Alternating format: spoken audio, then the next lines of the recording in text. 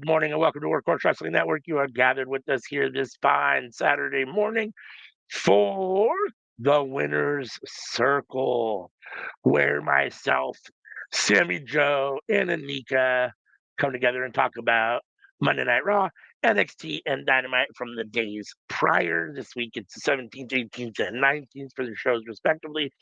As at the moment, I am currently here alone. I don't know if we're going to get Sammy. Anika was just here, but I think she's having a bit of technical difficulty, so I will hold down the fort. We'll do some morning, uh, whatchamacallit. We'll go over a couple things real quick. If you're new to the YouTube channel, Workhorse Wrestling Network YouTube channel, hit that subscribe button, hit the like button on this video, hit the bell to be notified. That's the best way to make sure that you get a notification every time we post something on the YouTube channel. If you're with us on Twitch, thank you for joining us. Give us a follow over there. Unfortunately, we can't see your comments on Twitch here in Restream on the YouTube channel here. So if you want to come over to the YouTube channel and chat with us or interact with us, we'd love to hear from you guys. Anything you guys want to talk about, whether it's Raw, NXT, or Dynamite from this week, or anything else. Happy to talk about any and all of it. Good morning, Miss Anika. Good morning. And as you can see, the internet want to be a troll, but it wasn't having it. Because how you just gonna boo? Looks like it may have done it again. So let's see. As normal, we usually start with Monday Night Raw. I'm trying to tread a little water until Miss Anika can get back. Or I'm not sure what's up with Sammy Joe. But in the meantime, I'll just give you a quick little rundown. We'll do another little tiny bit of housekeeping real quick before we jump into Monday Night Raw. Make sure and join us every Tuesday night for the cookout, 7:30 p.m. Pacific, 10:30 Eastern, where we all come together and talk about what's cooking up in the world of professional wrestling. Right now, we are in the middle of our Lucha Underground Season 1 watch along. Last week, we watched Season 4, or Season 5. I'm sorry, Season 1, Episode 5. Next week, Tuesday, I believe, will be Season 1, Episode 6. So make sure and join us for that. On Friday nights, it's Sammy Joe and Anika watching Friday Night Fight, or for Friday Night Fight, where they watch SmackDown Live starting at 5 p.m. Pacific, 8 p.m. Eastern, giving you their real-time reactions and opinions as they watch the show. You're here with us now for Winner's Circle, myself, Sammy Joe, and Anika, reviewing Raw, NXT, and Dynamite from the days before, and grading each show and giving a winner the show with the highest grade. Saturday night is all right. Our collision watch along is a little hit or miss at the moment. Life be life, and so you will get the rundown soon. As soon as me and CM can come together and coordinate a time to do the rundown, where it will be a recap of it should be a recap of Collision, Evolve, and Asahi Wrestling. So that should be coming in the next week or two here, probably in lieu of Collision ongoing. Sunday mornings, we will be getting back to it soon. Me and Sammy are definitely motivated to get back to it. We just have to get on the same page. End of the Square Circles on Sunday mornings, 8 a.m. Pacific, 11 a.m. Eastern, where we battle it out in some sort of video game.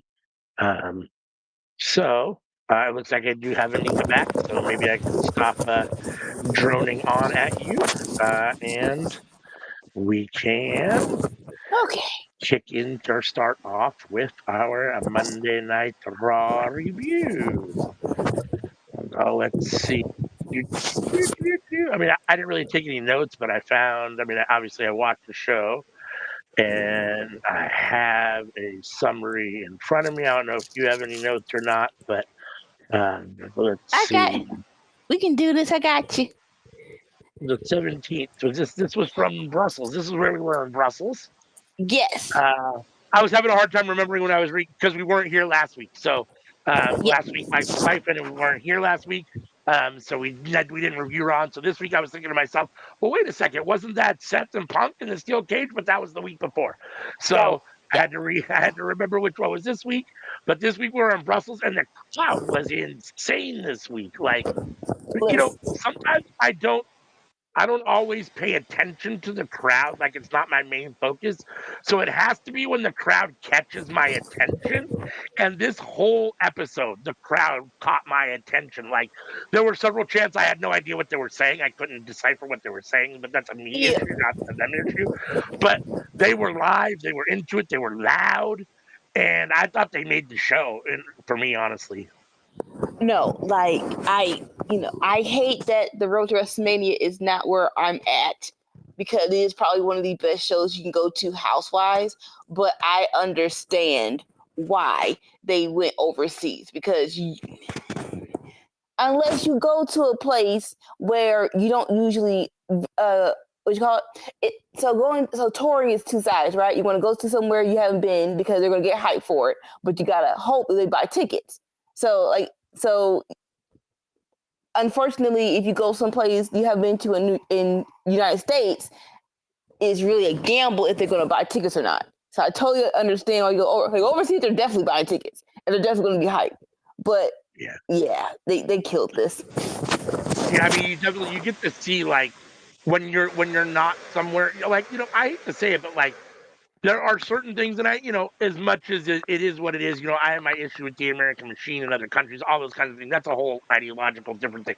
But just from a fan perspective, like we in the United States, when it comes to American sports or American things, are definitely spoiled, right? Because you get a lot of Yes. WWE on the East Coast. You get a lot of it in Florida. You get a lot of it in a lot of the same places. AEW is the same way. These other countries, these international places, these don't. I mean, they see them once, every who knows, maybe if you're lucky, once a year. If not, very rarely. I Right. don't even remember the last time they were in Belgium, if they had been before. So the idea that you get to see WWE maybe even just once in your lifetime live if you're a fan, it's a huge deal. So like, I can definitely see why. And you can see why from a business perspective, if you're WWE, it looks very attractive to go there, right? Because you get some American fans are, disenchanted at times. They're apathetic. We're cynical. They've been there. They've seen We're it so many critical. times. Yeah, Yeah, we're they've been there so many critical. times. We want to see something we've never seen before, and that's just not. I mean, you can only do that so many times, right? You can only reinvent the wheel in something so many times. Whereas, a lot of these international people are, have these countries haven't seen any of it ever, so or only a couple times. So you can do some of the old stuff that Americans take for granted and that kind of thing. So, Yeah. but yeah, the crowd was definitely amazing. Do you want to lead the discussion, or you want me to lead it? Give me a You're up. minute. All right. All right, cool. So I'll start it off because I'm thinking because it starts like it's crazy how they said, you know what? Let's not delay this. The first thing that's gonna happen is John Cena comes out. All right, you know what? I've already started talking, so let's start it. All right, so you're in Brussels, and as usual, you have people like, "Hey, all of your stars are arriving at the building to perform for you." And of course, for the umpteenth time, they showed replays, definitely of last week because only Seth is there for Monday Night Raw. So like, hey, the other two aren't here. We're going to show you what happened, and Seth's going to be here. And then they show the last and probably final time of what happened in Elimination Chamber, where John Cena turns heel, and then a hush comes into the ring, and then the original, and it's like, here it comes. John Cena comes out, and like he said, Brussels went butt crack crazy. John Cena sucks. Like there was some conversation about how the crowd gonna react. He's a heel, so maybe they're gonna get cheered. Nope, Brussels understood the assignment. No, he's a heel. We're going to treat him 100% as such. Oh, I'm not a baby face. I'm not a heel. I'm a human being, Anika. I will punch you in the throat. Okay. So, all right. So let's get into it. John Cena in his jorts and shirt and hat comes into the ring, and like you said, the crowd is going crazy. Just straight up boos. Like there is no maybe, no, let's be very clear. All straight boos. And for a second, I thought that Cena was going to say anything. He's going to do that trope that I hate, where they come to the ring and they just go away because you don't know what to say. And no, so no, it didn't happen. He almost left, and then the crowd was like, yeah, boo, boo. So he comes back and he grabs the mic, and like you said, he starts his origin story of being a heel for the second time. and so like so I'm not gonna pinpoint 100% what he said, and catch me if I miss anything important. But like you said, he was like, for the past 20 years, I've been a part of this abusive relationship. I am not a heel. I am not a baby face. I am a human being. When I first came here, y'all didn't like me. So I tried to change myself into something that you all would like. And then it was still nothing. It was still not enough. Y'all still booed me. Y'all still booed me. And it hurt. Like, yo, shut your old grown behind. Okay, I'm sorry. As we proceed, and then he gets to, so for 20 years, all you got done is take and take and take. Well, no more. You get nothing. The people who thought you were going to get a new theme song and a new attire, you get nothing. You get you get the still same old John Cena with the same old clothes, because you don't deserve anything else. It's like, okay, fine, boo. And then this is what, so I don't remember 100% of the John Cena promo, but I remember what the crowd said. It was, so number one, F you Cena. Not Cena, not let's go Cena, is F you Cena straight up. And the freaking censor people, like, babies, y'all don't hear this? I get sometimes the crowd is kind of, you can't decipher, but it was very blatant. It was a very blatant F you Cena, and they weren't saying F you. But like, now you want to do it. We already heard them like for a good solid minute. I don't know what you're using them for now. And so, and then Cena continues. He said some other crap, and then it's shut the, and then they transition to shut the F up. Like, yep. This is hilarious. Like, that was the best part. It's just like, and again, censor person, what are we doing? What are we doing? Are we officially TV 14 or not? Because I think you gotta pick a lane. Either you go to censor it and catch it when they first say it, or you can let it ride. But you can't wait until they say it for a full freaking minute and you're like, oh, nope, not anymore. I don't remember the rest of the promo. If you can help me out, that'd be awesome. No, I mean, and then at the end, basically he got up there and whined for like 15 minutes about how abusive the WWE has been to him, and then at the very end, he basically says, I'm breaking up with you. I'm done. I'm breaking up with every single person. You're dumped. I don't care about you, and you don't matter to me. And of course, then came Cody Rhodes. Wait, there are some other highlights. And so he's like, for the people who cheered me, you're the problem, because you can't. I'm like, they might have helped you. Like this kid right here. I'm like, listen, okay. Listen. Usually my motto because they've affected my wrestling experience for the past 10 years is F the kids. But the poor baby, I'm like, the poor baby didn't deserve that. You just go single the one little baby out, and you had to look up. I've been the punchline in the butt of your jokes for 15 years, and it's not funny. It's like the baby didn't do nothing though. The little baby boy didn't do nothing. Like I hope after the show you hugged him or something. I don't like break the kayfabe, because that like you ain't gonna go. You're not coming back to Brussels. So this is only an encounter with John Cena. That kind of hurt. I feel bad for him. That would kind of hurt. And then talk about before Cody comes out, I just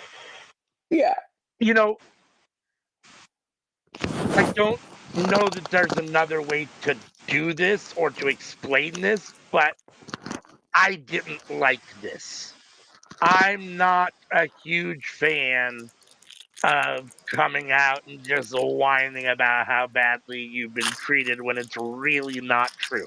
Yes, obviously there have been some Cena detractors over the years, and post your everyday career, and as you've rode off into the sunset, I think a lot of people have looked back, and maybe myself included, realized maybe we had a little bit of Cena goggles on back in the day, and whatever, but the reality is that that's not really true. And I understand, he's a delusional heel and it's all kayfabe, but the reality is that none of that's true. And so for me, it just doesn't, it feels hollow.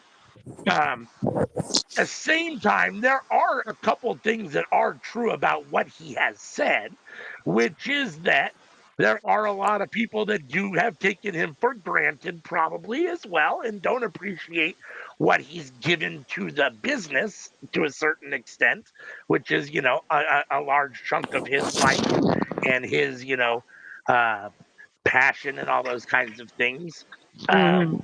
but, I mean, he definitely has gotten more than his fair share at WWE and been, I mean, I mean, talk about not forced down your throat, but talk about, put in your face, essentially. I Yeah, mean, he came in, like what was he, 25 and just was there. And before you knew it, he was just a main event guy. Like it just is what it was, right? And so um like he crazy. never he I mean, he never really had a chance to get over organically or create like his career. He had no independent career. He had nothing before WWE to hone his skills. So I understand all is WWE, and WWE can be restrictive in what they want you to do, all those kinds of things, how they want you to wrestle, how they want you to act, all those kinds of things. So some of this might not be on John Cena. I always thought it might be interesting to see a guy with his passion and love for wrestling in another company. But when that was possible, AEW wasn't around, and I don't know that he would have gone anyhow.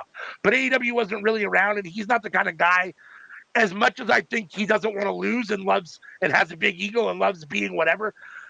I don't think there was ever a thought in his mind that he was going to go to AEW and try to rekindle his career. I think he's decided that that part of his career has been over now for a long time, right?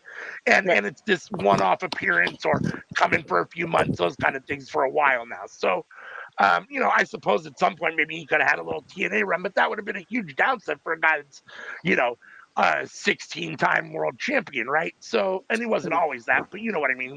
When you're getting the big push on the biggest stage, why would you consider going anywhere else? At the same time, a part of me would have liked to have seen John Cena in an environment where women wrestlers are treated differently as far as what they're allowed to do in the ring and how they're allowed to act and what they expect from you performance wise. So but the reality is that him whining about being treated terrible is not really the best storyline. At the same time, I'm thinking to myself, how else would they do this? The only other way they could do this is just, I know I only had this one shot, and I sold my soul for the title one more time, as opposed to fuck all you guys, I hate all of you. This has been miserable for 20 years, right? Because that's not. Yeah. I mean, that's a little disingenuous. But again, what do you think So, before Cody came out? Ultimately. so I'll kind of push back because I do feel like 2005, 2006, he did get over organically on SmackDown. Whereas, like, okay, I remember when he turned babyface, and it was actually pretty genuine. But it feels like after 2006, it was Austin Raptors, and there was no looking back, even though he wanted to turn heel 2012. Someone said this feels like he already had this in the chamber, but he had to wait 10 years to do it because, like I said, he didn't want to turn heel to 2012. But Vince was like, no, you can't go back. And you basically threatened him, oh, punk.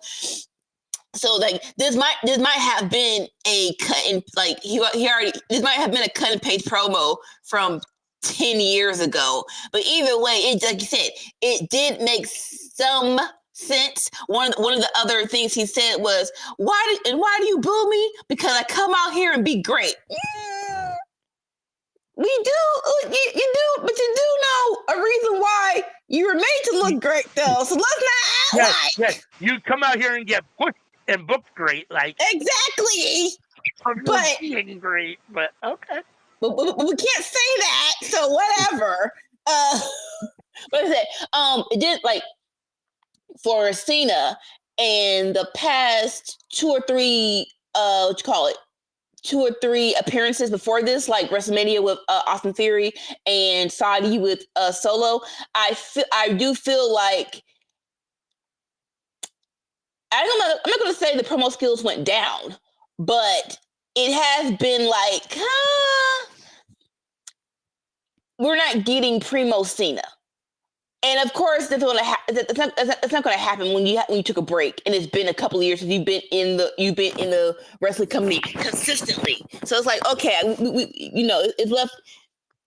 Like it wasn't a big drop off, but it was like, okay, this was actually this for promo wise, this was actually decent for me. This was decent, and of course, the crowd took it to a. This was a 7, and the crowd took it to a 10. The crowd took it to a 10.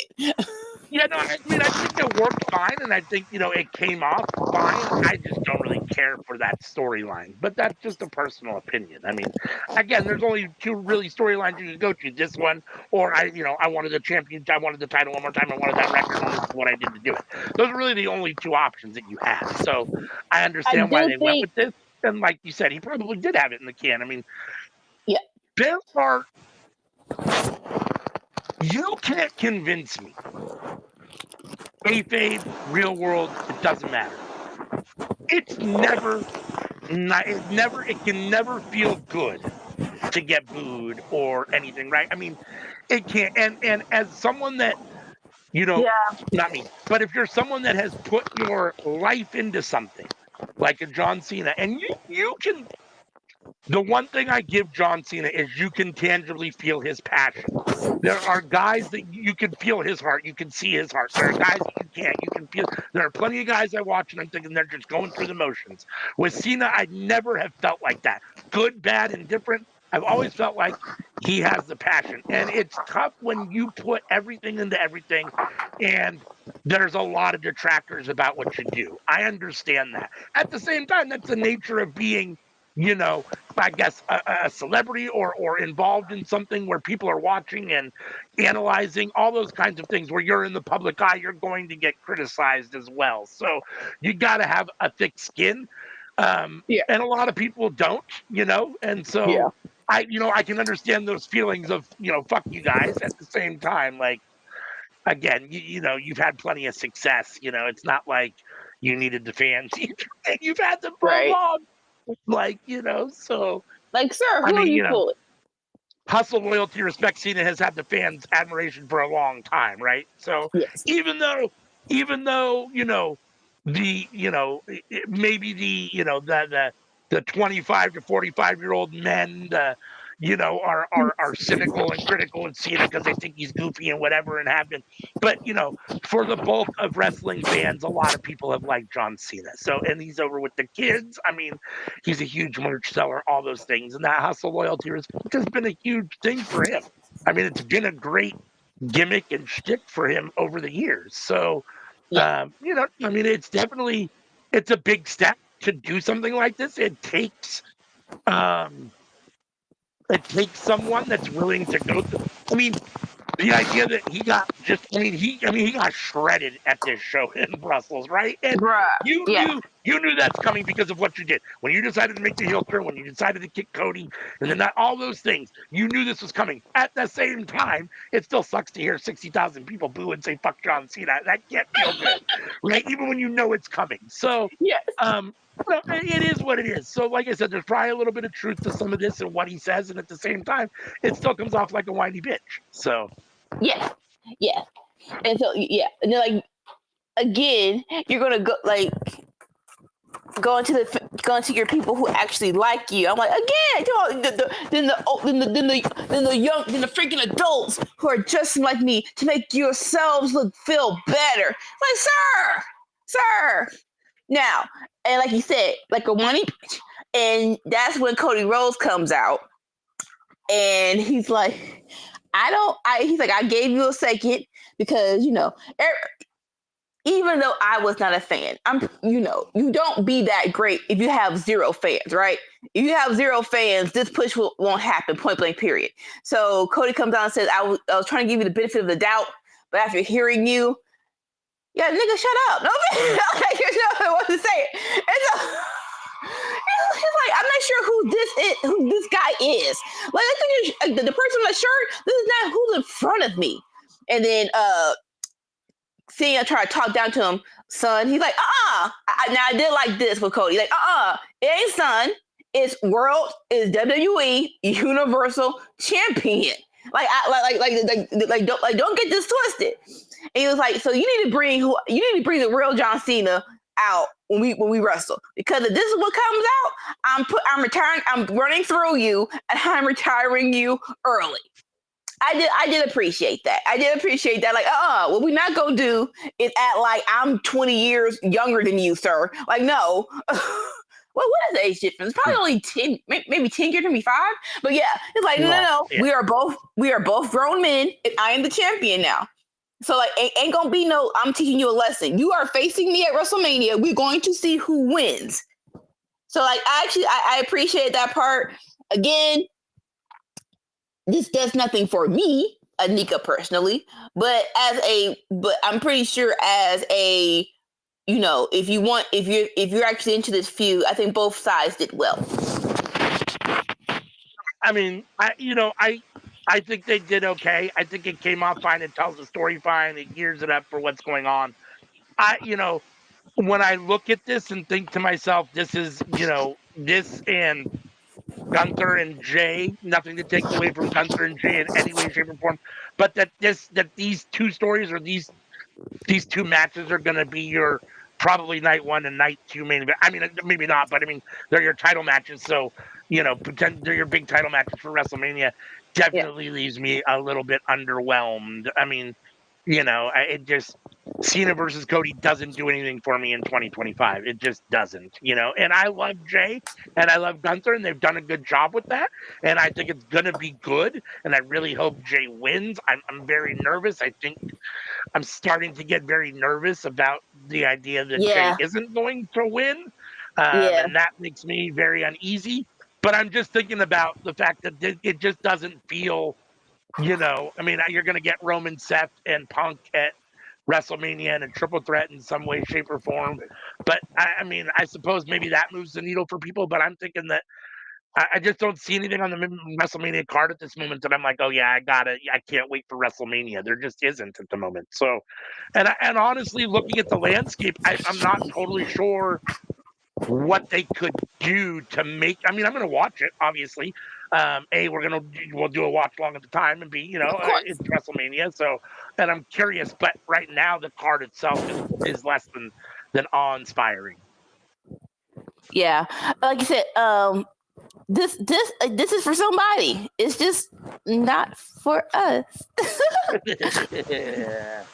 All right. So what do we have next? We had the main event is for the Intercontinental title. So we had some we had a recap of some classic title or WrestleMania classic Intercontinental WrestleMania matches. Savage, Steamboat, blah blah blah, a couple other ones. So that was a fun package. I always like watching. I appreciate that.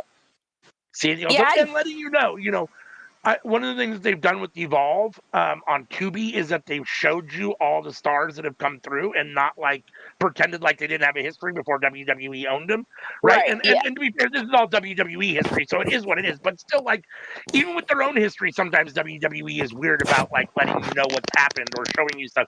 But I'm glad that that they do this. I think it helps show how important the titles actually are when you're like, oh, those guys held the title. I didn't remember that, or I never knew that because I was too young, or those kind of things. So, like, this match is important. People, this title is important, and this is why. Yeah. Okay. Next, we had Penta versus Ludwig Kaiser in a no DQ match. I know Anika is high on Ludwig Kaiser and Penta. It's not down it like you. Like I'm not down on him like you are. Listen, I've been hypercritical of Ludwig Kaiser. I'm not going to lie. Obviously, Yes, everyone you can go have. back and listen to the tape. I do think that being in this feud, just even for the past couple of weeks with Penta, this match was actually very good. I thought Ludwig Kaiser looked good in this match. This may Yes. be the first time I watched it and thought, yeah, I mean, I can kind of see maybe what other people see, to a certain extent. Yes. I still don't like his personality. I don't like his shtick. I think he's boring and bland. But in the ring against Penta, I can see maybe where people are like, yeah, I can see how he could have some potential.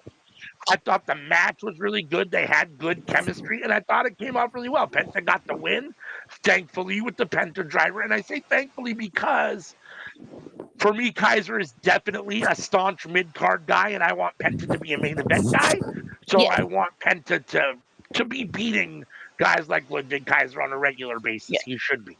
And I'm always happy to see the Penta driver, which is interesting because I thought pile drivers were outlawed in WWE, were banned. I know other people have been doing them for a Well, while now, but I thought it's been banned.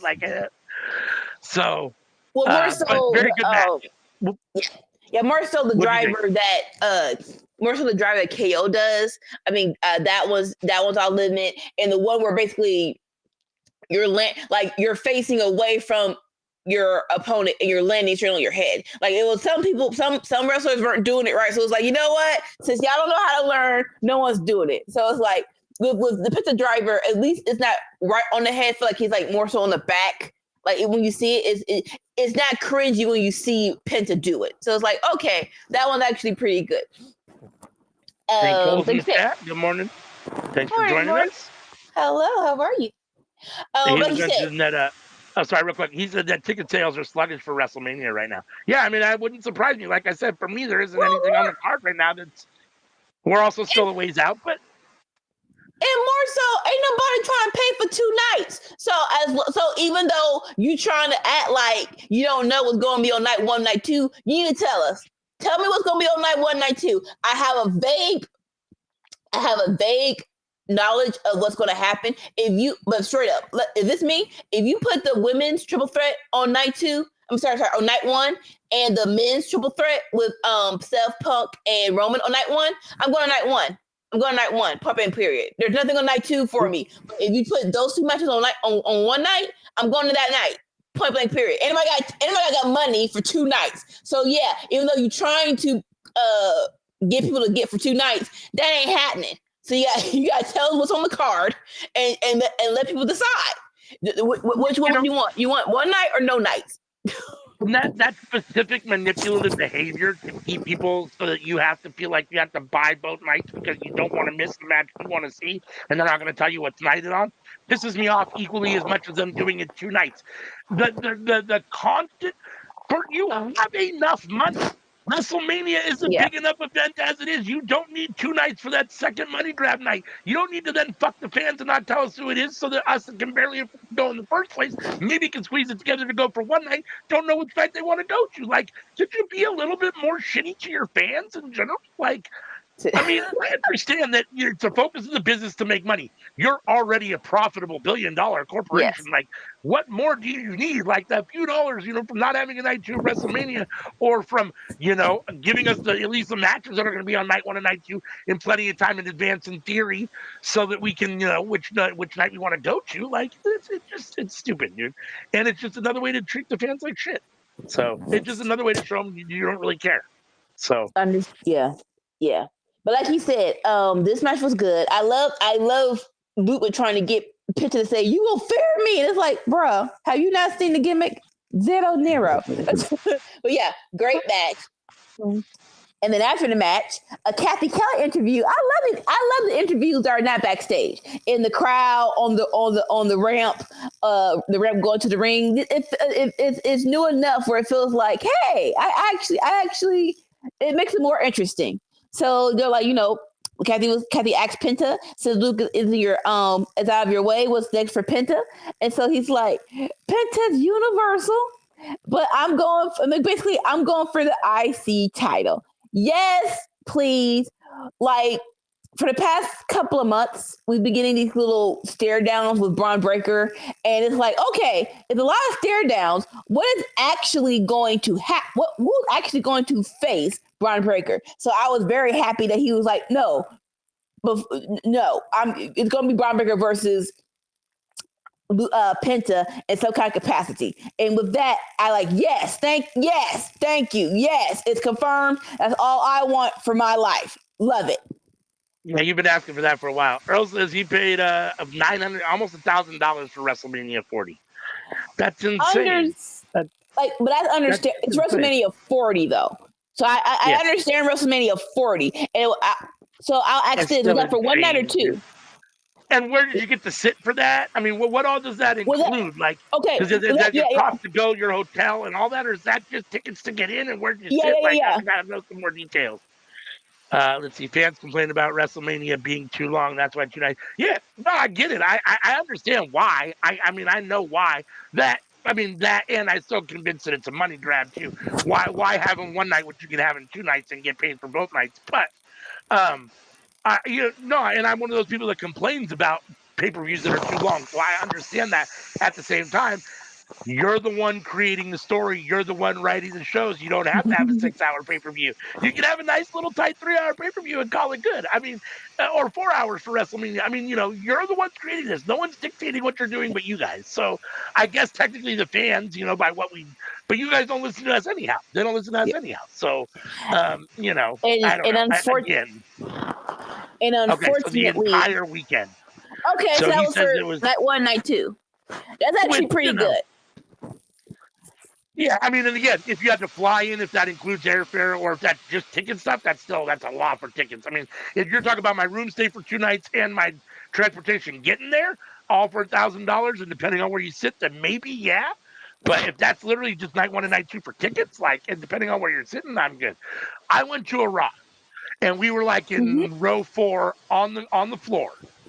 And we weren't near we weren't next to the ramp where you could actually get close enough to them. We were in the middle of the row. Right. And everyone, I think I told you this, everyone stood the whole time. So I had to watch the Jumbotron like this the whole time, even though it's 20 feet in front of me. It was miserable. I mean, it was pointless. What am I doing here? I would have rather have been up a little bit in the bowl where I could have actually looked down and seen the actual action. You know what I'm saying? The whole standing up thing. I get your excitement, but it's come on, bro. You don't have to for the whole time. You ain't nobody that excited. And you can sit down for the match and then get up when the entrance comes. Come on, bro. Yeah. All right. Next, we had Judgment Day. Actually, let's see. We had Dakota Kai coming to the ring, carrying Cross, talking to Dominic Mysterio, and then into the Judgment Day clubhouse. Where they're all... So Finn Balor's actually happy. He's not grumpy. He did his whole the sister-brother dynamic between Finn and Liv. I can't stand Liv, but it's hilarious how they're both y'all know y'all don't like each other. Why are y'all being snarky like this? But Finn's in a good mood. He's ready for his IC title. He's like, I'm gonna get it back. Blah blah. Whoop, right? And then, so. Like you said, Dom's there. He's like, all right, you're in a good mood. How about I pitch the new member to you, Penta? And Finn was like, Penta, the dude that just said he's gonna go for the IC title, my title. He's already speaking it into existence. I'm winning the match tonight. He's like you just a stick in the grass, man. And so, understandably so, he walks off angry. Dom turns to Carlito and says, I didn't know Penta was going to save you for the IC title. And Carlito was like, you should watch the show, man. Bro, he just, what were you doing, bro? He just said it. I do love that. I love all of that. And we'll talk about it later, but I have the plans around the IC title for WrestleMania are going to be very much so entertaining. But yeah, it's sir. But even Fenta didn't officially say he's going for the IC challenge. Did you not in the words of Carlito? Did you not watch the show? So he said he was going for it. Come on, bro.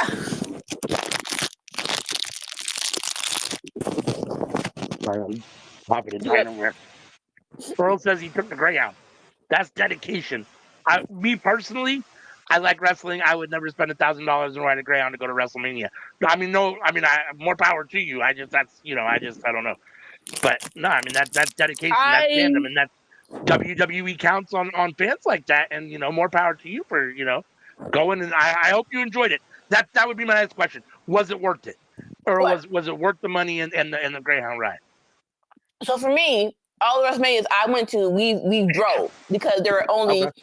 the longest one was to Orlando. No, the longest one was to New Orleans, and that was a All what? the WrestleManias, like how many have you been to? So I went to the one that I went to WrestleMania 27, WrestleMania Okay. 28.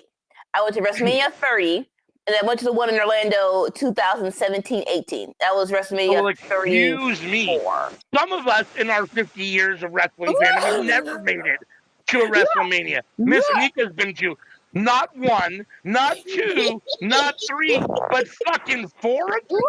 Holy shit. Which one was the best? Look, okay, I'll say this. The first one we went to was 27, right? Because of the hint that we were going to get Cena versus Rock, but that just used it to prompt the next year. Even though hindsight, we probably would have just went to Hall of Fame. It's a good time. Oh, okay, so yeah, you live in the Greyhound is basically a road trip. But no. If you enjoyed it? Yeah.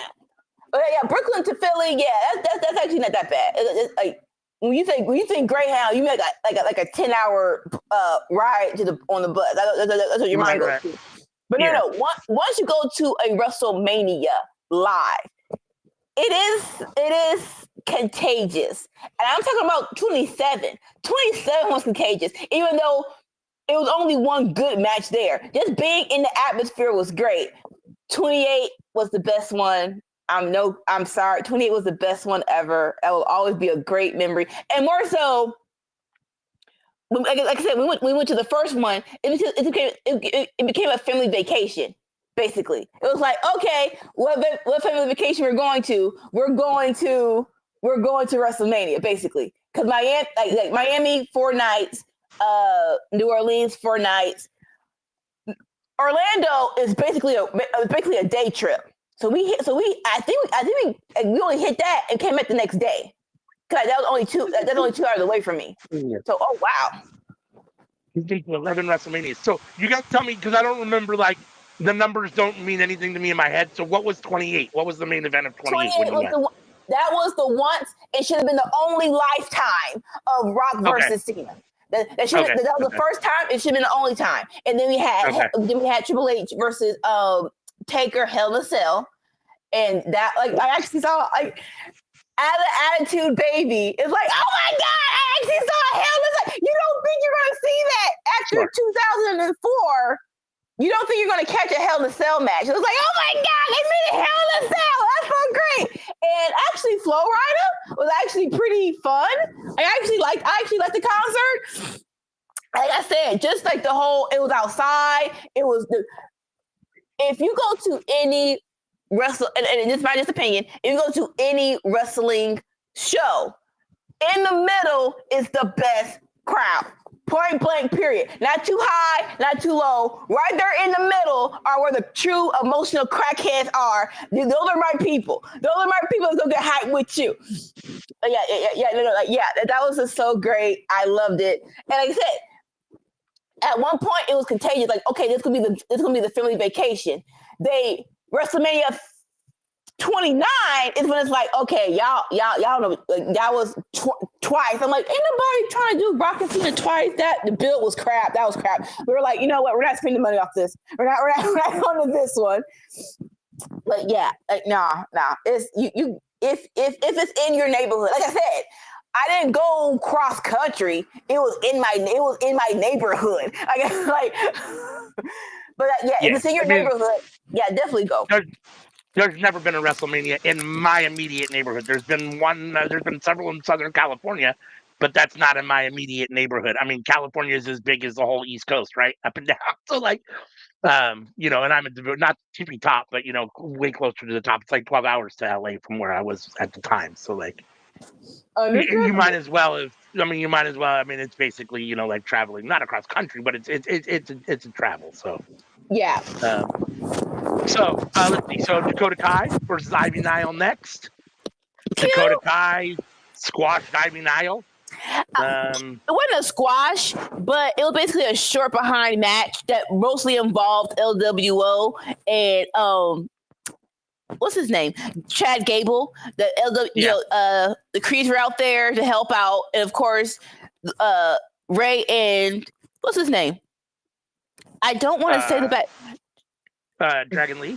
Dragon Lee, thank you. They were mad because last week a man looking like Chad Gable interrupted their match, so they wanted some payback, and that distracted Ivy Nile enough for Dakota Kai to get the win. So I was like, all right, cool, bet, cool. Yeah. It was just a short match. It was a very short match. Thankfully, the crowd was into it, so I was like, all right. It's with as much as WWE struggles on the main roster with women's matches and the women's division at the moment, to have these two women and nothing, I don't really care about Ivy Nile, and I've been critical of Dakota Kai, but she is one of your main event women. That's how you push her. To have them be basically secondary to the men's story in this situation, which is the stuff that's going on with Chad Gable and the Lucha stuff, and is disappointing, unfortunately. I mean, even though I'm not a big Ivy Nile fan, I do think she has talent, and I think she has. Both of them deserve more than just to be, the third and fourth wheels or the backup to the men's story. So it would have been great if,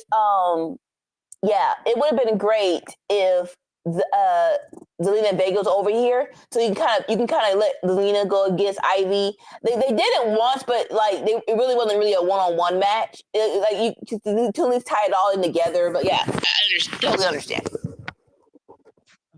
Let's see, Adam Pearce contract signing. You want to talk about it? Yeah, Bianca. So this was cool. I was like, okay. We talked about it. A whole lot of interruptions. We're going to make it official. And then, of course, here comes Big Mommy. And so she was like, listen, said like bro, you being whiny right now. You're like, since Bianca wants to interrupt giving my business, I would say I want to come out here. And so Bianca's like, I'm supposed to be out here. I won the Elimination Chamber. I'm signing a contract for my match. What's not registering right now? Like what? like if you want to be a butt, cool, but let's not act like I'm doing something wrong. Let's go back to the what you call it, the match between Rhea and Io. Bruh, I shoved you. You act like I hit you with a chair. Bruh, like it wasn't my fault that you took your eye off the ball. But Rhea she's hounding away. And side note, the pop for Rhea when she came out, that was insane when Big Mommy came out. And so of course her and Bianca keep jaw jacking. Io kind of tried to stop it, and Beth was like, no, you're gonna push me in my face, no freaking mo. And they're like, what? But you can't keep shoving her. So of course, Rhea headbutts Bianca and power bombs Io. The table doesn't break. Lord have mercy. I don't know. I think it's better. I think it has to break, right? It feels it's better for the impact, but it's not breaking. Probably hurts more. So it's like, can y'all please get better tables? I don't understand. I don't understand where this is coming from. And then, like I said, so before Rhea comes out, Bianca signs, Io signs. And but Rhea puts her name in the contract too. And it's like, ma'am, I don't think that's how contracts work. And so Adam Pearce so Rhea leaves with the contract, and Adam Pearce is chasing her off. It's like, bruh, this is not how this works. I don't care if you signed your name on it. That's not how this works. And then we'll go backstage. And so Rhea's like, not my problem. And so it's like Adam Pearce talking to a 10-year-old, like, Rhea Ripley, give me back this contract. Hey, make it happen. Of course, a pissed off Bianca and Io tries to attack Rhea, but of course, no one is with each other. Nobody is on the same page. So Rhea takes out Bianca and Io again. It's going to happen, just a matter of how it happens. This triple threat, but it was entertaining. It was an entertaining spot. It was fun. I mean, I enjoyed it. I mean, I thought it came off well. I mean, Rhea's got to have a match at WrestleMania. She's got to be on the card somehow, and her losing the title kind of. Indirectly kind of moved her out of that spot. So this was, her way to get back in. I love the whole, I'm just going to sign the contract, and that's how it works, right? I mean, I signed the contract, the contract got my name on it. No, that's not how it works. But I love Rhea's attitude about it. And obviously, we're now going to get a triple threat. I'm assuming, I feel like that leads me to feel like, more often than not, you get the champion retaining in a triple threat. I feel like you're really going to get Bianca and Rhea probably taking each other out, and ends up winning in the long run. But we'll end up seeing how it plays out. Someone, I was in another group chat on a podcast, and I love this idea. I would love if Rhea has to earn her shot to make a triple threat. I'm not sure who she faces. Maybe she faces Bianca. Maybe she faces Io again. And if she wins, she gets into the match. I like that. That's a little bit more better. They're like, maybe Io grants it to her because she does feel kind of bad that Bianca interfered, even though it was a shove. Again, it was a shove. You're acting like she freaking hit her in a chair or something. It was a shove. But like, it's like, okay, how about you face Bianca? You win. Rhea's in the match. I would love that. That'd be cool. I mean, for as uninspiring as any of the men's matches are so far for me at WrestleMania, this triple threat is very interesting. This is one I'm willing to tune in for. I'm definitely here for this. So I'm all in for it. Jay is ready for Gunther, but then he bumps into Gunther. They start arguing and shoving, and security has to break them up. And that's the little segment right before Jay goes in and squashes Austin Theory. That is a squash. I'm sorry. You can debate whether Ivy Nile was or not. This definitely was a squash. And for my boy Austin Theory, I understand why Jey Uso squashing somebody. It shouldn't be Austin Theory. Why is it not Grayson Waller in this spot? Because he beat Grayson last week. Here's what I got to know. Here's what I have to know. Okay. Obviously, Vince was huge on Austin Theory. What has happened? Is it just that Triple H isn't an Austin Theory guy and never was? Or has Austin Theory actually done something? Has something occurred that has moved WWE off of him? Because I feel like he was destined for really, really big things in the beginning, and Vince had his eye on him, and now it feels like he's going to end up back on Evolve. So the push of Austin Theory has been wonky. His first push happened during the Panorama. There were some accusations. They were never proven, but that was a damper on it. Like you said, we come out of but that was during the Panorama, right? And so, so we come out of that, right? And he's just recruited on the main roster. And like you said, Vince saw him, the great look, kid, your money. And he gives him a overly exaggerated push. It's like, I don't know why Vince thinks that's the best thing to do for a person to get him over. It's just push him to the gods. And it's like, sir, no. So when Vince left, unfortunately for some people, and I don't disagree, and I don't, what's the word? I don't agree with this. People who are definitely Vince guys got hurt. And I don't think they were Vince guys because, they were kissing Vince's behind or something like that. I just think that, like, Vince had this 80s mentality, and people who fitted more of the 80s trope were Vince guys. Case in point, Austin Theory, Elias was definitely a Vince guy. Rick Boobs he was definitely a Vince Scott, where it's like, oh, you're a big bodybuilder, you're kind of funny. And so unfortunately, I'm not sure if they're like, you know what, let's erase all of Vince's influence, and that's what happened, or simply you're not a Triple H guy, you're not getting pushed. I think they're, as for Austin Theory specifically, they're trying to figure out what to do. Because him and Grayson Waller, I I hate how much I love when they first teamed up and they did the entrance and Grayson was all in the background and hyping them both up and they did the turnaround spot and you can see that Austin Theory loved it too and it was like it was a spark of, oh shoot, this could actually work, this could actually happen, but unfortunately you put the tag titles on them and you leave it to it. You can't, and we always say this, you can't put a title on somebody and just leave it to them. You have to have an actual plan besides just them winning the titles. So I think there's still hope for Austin Theory. He has to figure out what he wants to do next. Because right now they're just fine with him just being with Grayson Waller, and even though it's cool, I don't think it's going to propel neither of them to where they want to go. So yeah, it's like, all right, y'all, you got to figure out what's next for you, or you're going to be here. You're going to be here for a long time with Grayson Waller. Yeah, I'm scared that he's gonna become kind of the next Miz type of thing, or maybe even worse than that. Yeah. I don't know. Like, I mean, don't get me wrong. Miz had won a world championship and all that stuff. Austin Theory became world championship greater. Miz had the Intercontinental title like 6 times or 5 times or whatever. So I mean, if Austin Theory has any of that, I'll be happy. But at the same time, like, I don't know, just almost treated kind of like a joke. And the reality is that he's an extremely talented dude. So enough said. Let's see, Uso. So post match he tries to he goes for a drive, he goes for a dive through the ropes, almost has a little bit of a accident botch there. Then Gunther shows up, put him in a sleeper, and Jay fights out and ends up standing tall as Gunther bails out, and we eat with the crowd.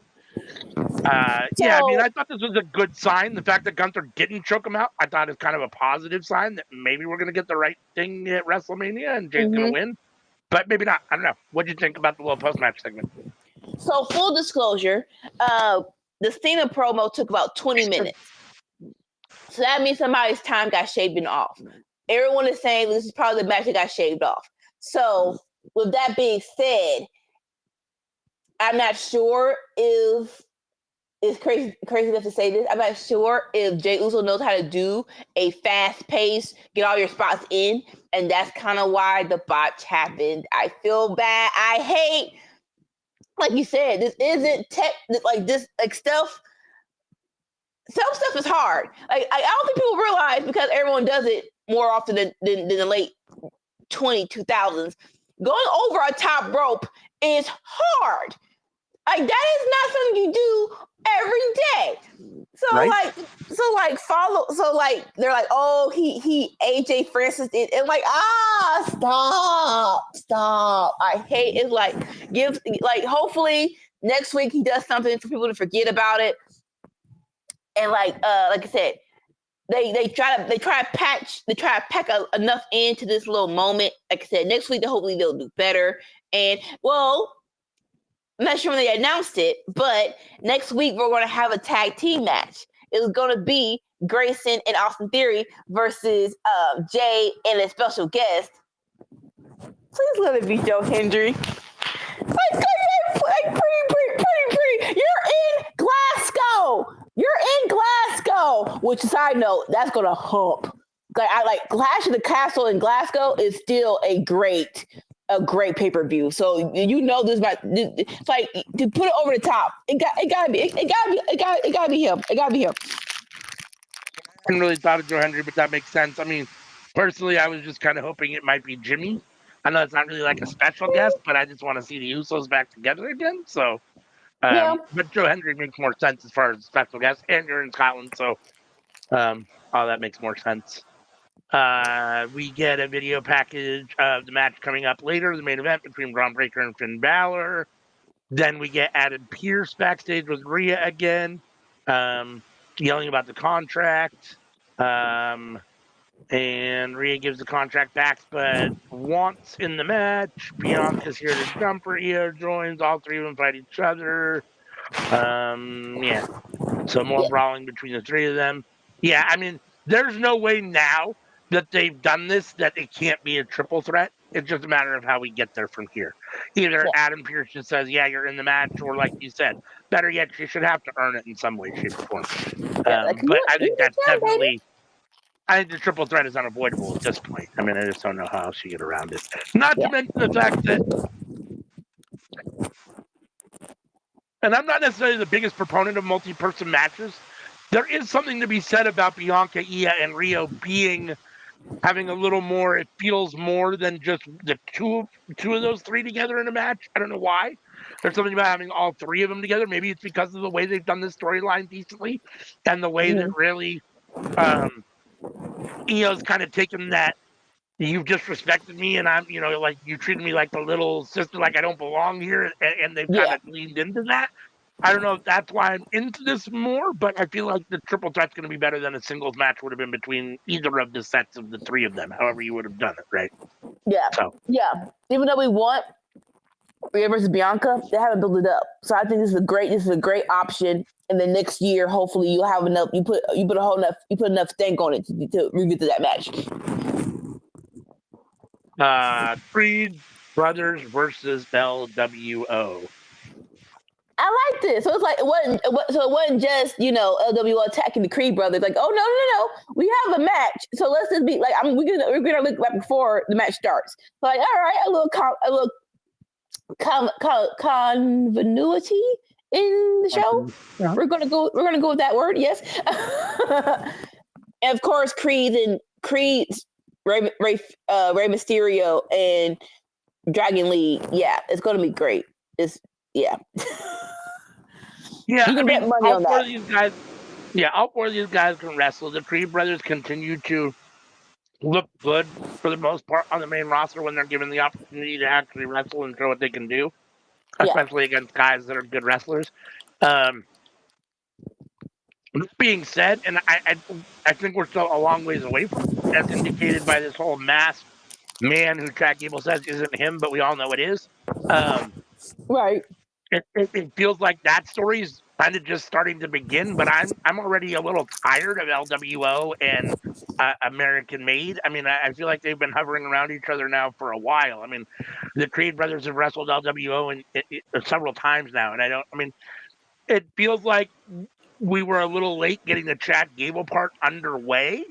Yeah. If I'm not mistaken, like, he mentioned, I'm going to go get trained in the art of luchador, and then we had like 2 or 3 Raws where we didn't really see him, if I'm not mistaken, and then we finally saw him.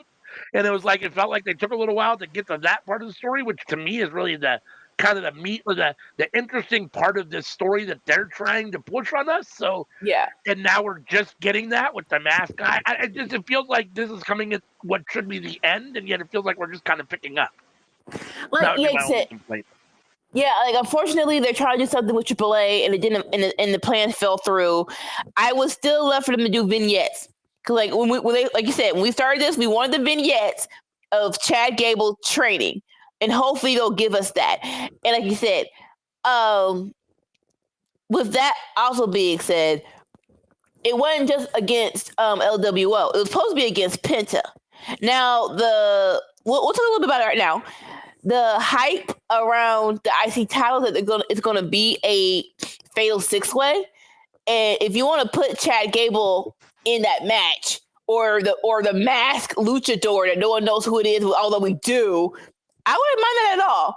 I wouldn't mind if you want to put Chad in that match, mask on or mask off. Person match, huh? Yeah, that's the hype. The hype is the 6-person match. The names as of right now that's supposed to be in it, of course, Braun Breaker, and then Finn. We're gonna talk about the other person later. Penta, maybe AJ and Paul and Logan Paul, and there's gonna be a 6-person. Yeah. Interesting. I might be here for that. I mean, Logan Paul, I'm not here for that, but it is what it is. I mean, I can't. he's good enough that you can't, as a wrestling company, and with his popularity and whatever, you've got to use him if he wants to be used, and if that he likes that relationship, you got to use him. But I'm Yeah, just not it's got to be a ladder Paul match. fan. Yeah. If you're gonna bring him in, you got to bring him in to let him do what he actually does decently, or what he excels at, right? Which is more of the spot type stuff. So Yeah, please let it be a let's ladder see. match. So after the match, you got Mass Luchador back in, comes in to jump the LWO, gives a bunch of German suplexes, and then security runs him off, So or he several did. German suplexes.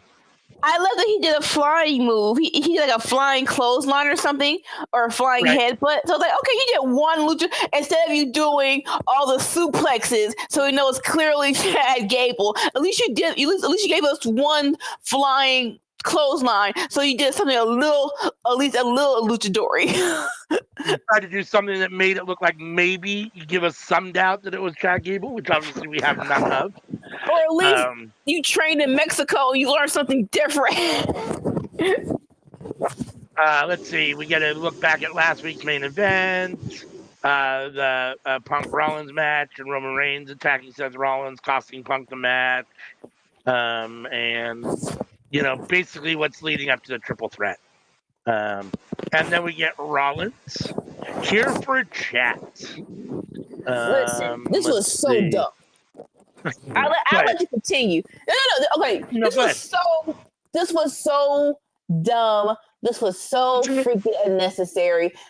Listen, after the Finn and Seth program in 2023, or was it 2023 or 24? When Finn went for the World Heavyweight Championship and Priest had the belt. It was 23.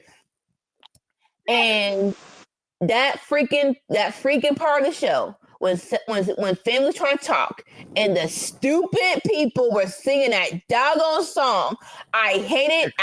That's when it was over for me. I'm like, all right, y'all can stop doing this crap because I'm tired of it. So it's like so Seth coming out there and standing there felt like 5 minutes of people just singing. Oh, I'm like, oh my god. So we're not going to stop this. We're not going to stop this.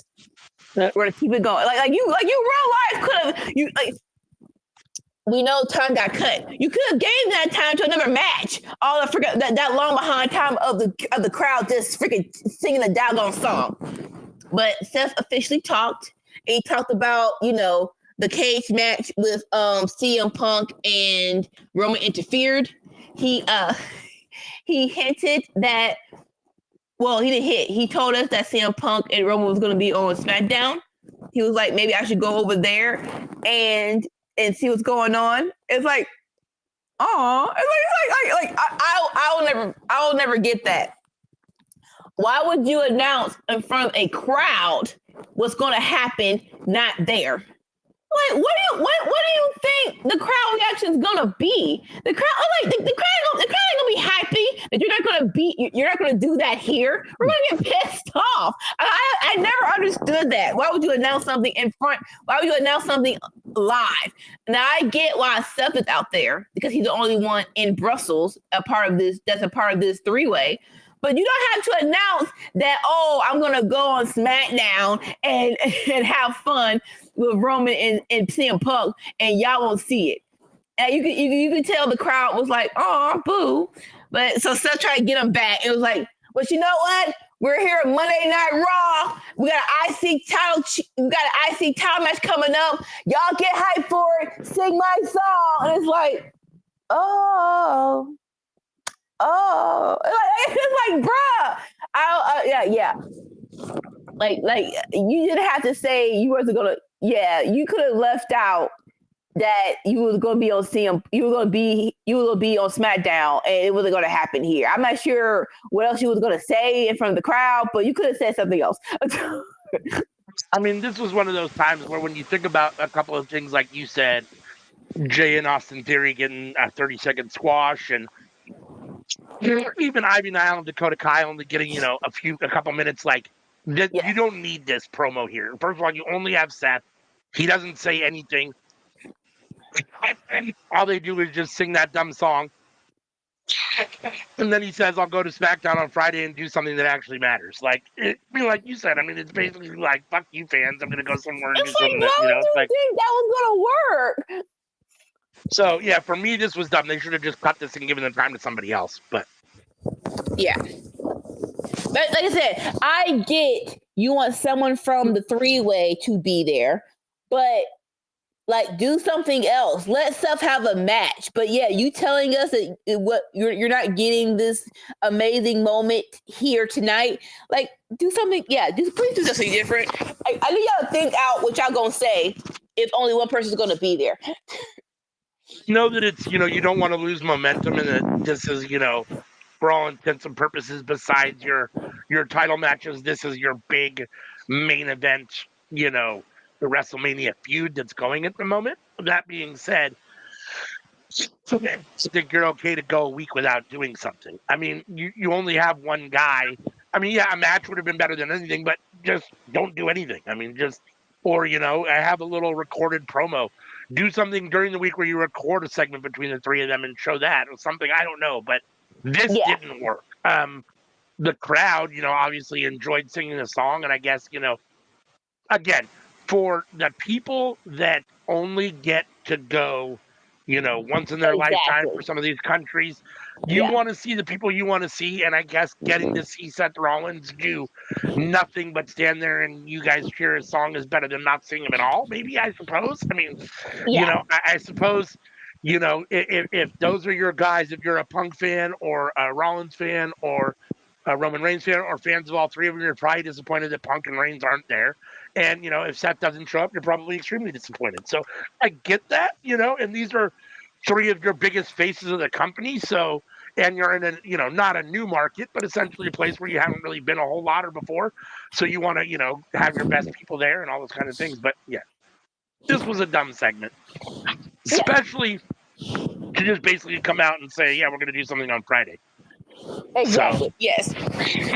let's see. AJ Styles doesn't think Logan Paul belongs. Karrion Kross and Scarlett show up. I'm so tired of this fucking guy just showing up like a Right? little. He just like pops up off from the side, like during people's little interviews. Doesn't do anything. I mean, when was the last time he even wrestled? Him or her? I can't remember the last time him or her wrestled. So Cross Yeah. says that AJ Styles is mad at himself, not Logan Paul. Um, he says he's mad, or he says that he thinks that AJ's jealous of Logan because it took AJ 17 years to get to WWE, and it didn't take Logan Paul any time. He came in, he's a natural, and took to it right away. And AJ's obviously not happy with that assessment. Right. What do you think of this? This, like you said, just get to it already. Like I love the like AJ was like, "Listen, I know what you're doing. It's not gonna work." He leaves, and then Karen's like, "It's working." It's like that popped me a little bit. That popped me a little bit. Like you said, I guess my question is, where is this going for Karrion? We know a bit. We know we're never probably gonna get AJ versus Logan Paul, or they're gonna be part of the IC match.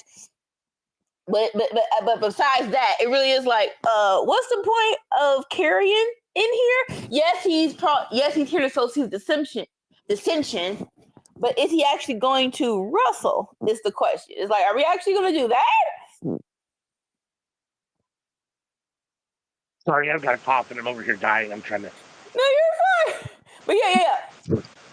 Coughing everybody's ear. Marcel's like, are we actually going to get a Karrion versus AJ Styles match? I wouldn't be opposed to that. Maybe put Karrion. I don't want to inflate this IC title match at WrestleMania. But if you wanted to put Karrion in there, maybe. But yeah, what's the end game for Karrion? Because you just being a troll backstage is so petty. I need you to have a purpose for this. Yeah, and that's all he does. I mean, like I said, I can't even remember the last Karrion toss match. So it was probably against what's his face, the Wyatt Six in a multi-man match. That was probably the last time. yeah, I mean, you say let's get to it already, and I think to myself, this is like the third person or fourth person that he's been backstage trolling, and nothing's ever come of it. So Yeah. I'm not overly confident of them doing something with AJ here either, but I sure hope that, I guess something pays off a little bit at some point with him doing whatever he's doing. Like, yes, like, pretty please. And thank you.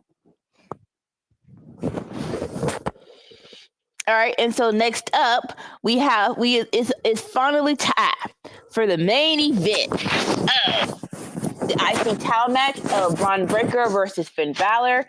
This was, of course, even though Finn has taken quite a few pins lately, in a match wise, you know it's not gonna suck. You know it's not gonna suck, and I'm so glad it didn't. Braun Breaker, so glad he had a match because it felt like at one point in time it did feel like, hey, Braun's over here. Are we actually gonna let him do something as he is champ? It's like, okay, we finally have the spotlight back on Braun, and rightfully so because he's a beast. Like just the intensity is crazy. Like we talk about the 4 moves of doom. You can have 4 moves if you do them great, if you do them so freaking well. And I feel like with Braun, he does them with such intensity that it's insane. Like that whole, I'm gonna what's his name? Braun Strowman does the choo-choo train around the ring. No. Freaking Braun Breaker is a locomotive where he runs around the ring and is basically spearing you out of basically trying to snap you in half before he reaches the announce table. The freaking what's his name? Not Hurricane Rada, the Frankensteiner. The Frankensteiner, that is just insane. And of course, his spear is top tier. So I love this. Of course, what's his name? The Judgment Day tries to come out and help. They don't. Dom is on the freaking ring ropes, and that's when he did not help because he basically tripped Finn while he was on the top ropes, and the Jewels got hurt, and Braun Breaker for the win. And of course, in Judgment Day fashion, they all get in the ring. They try to beat him up.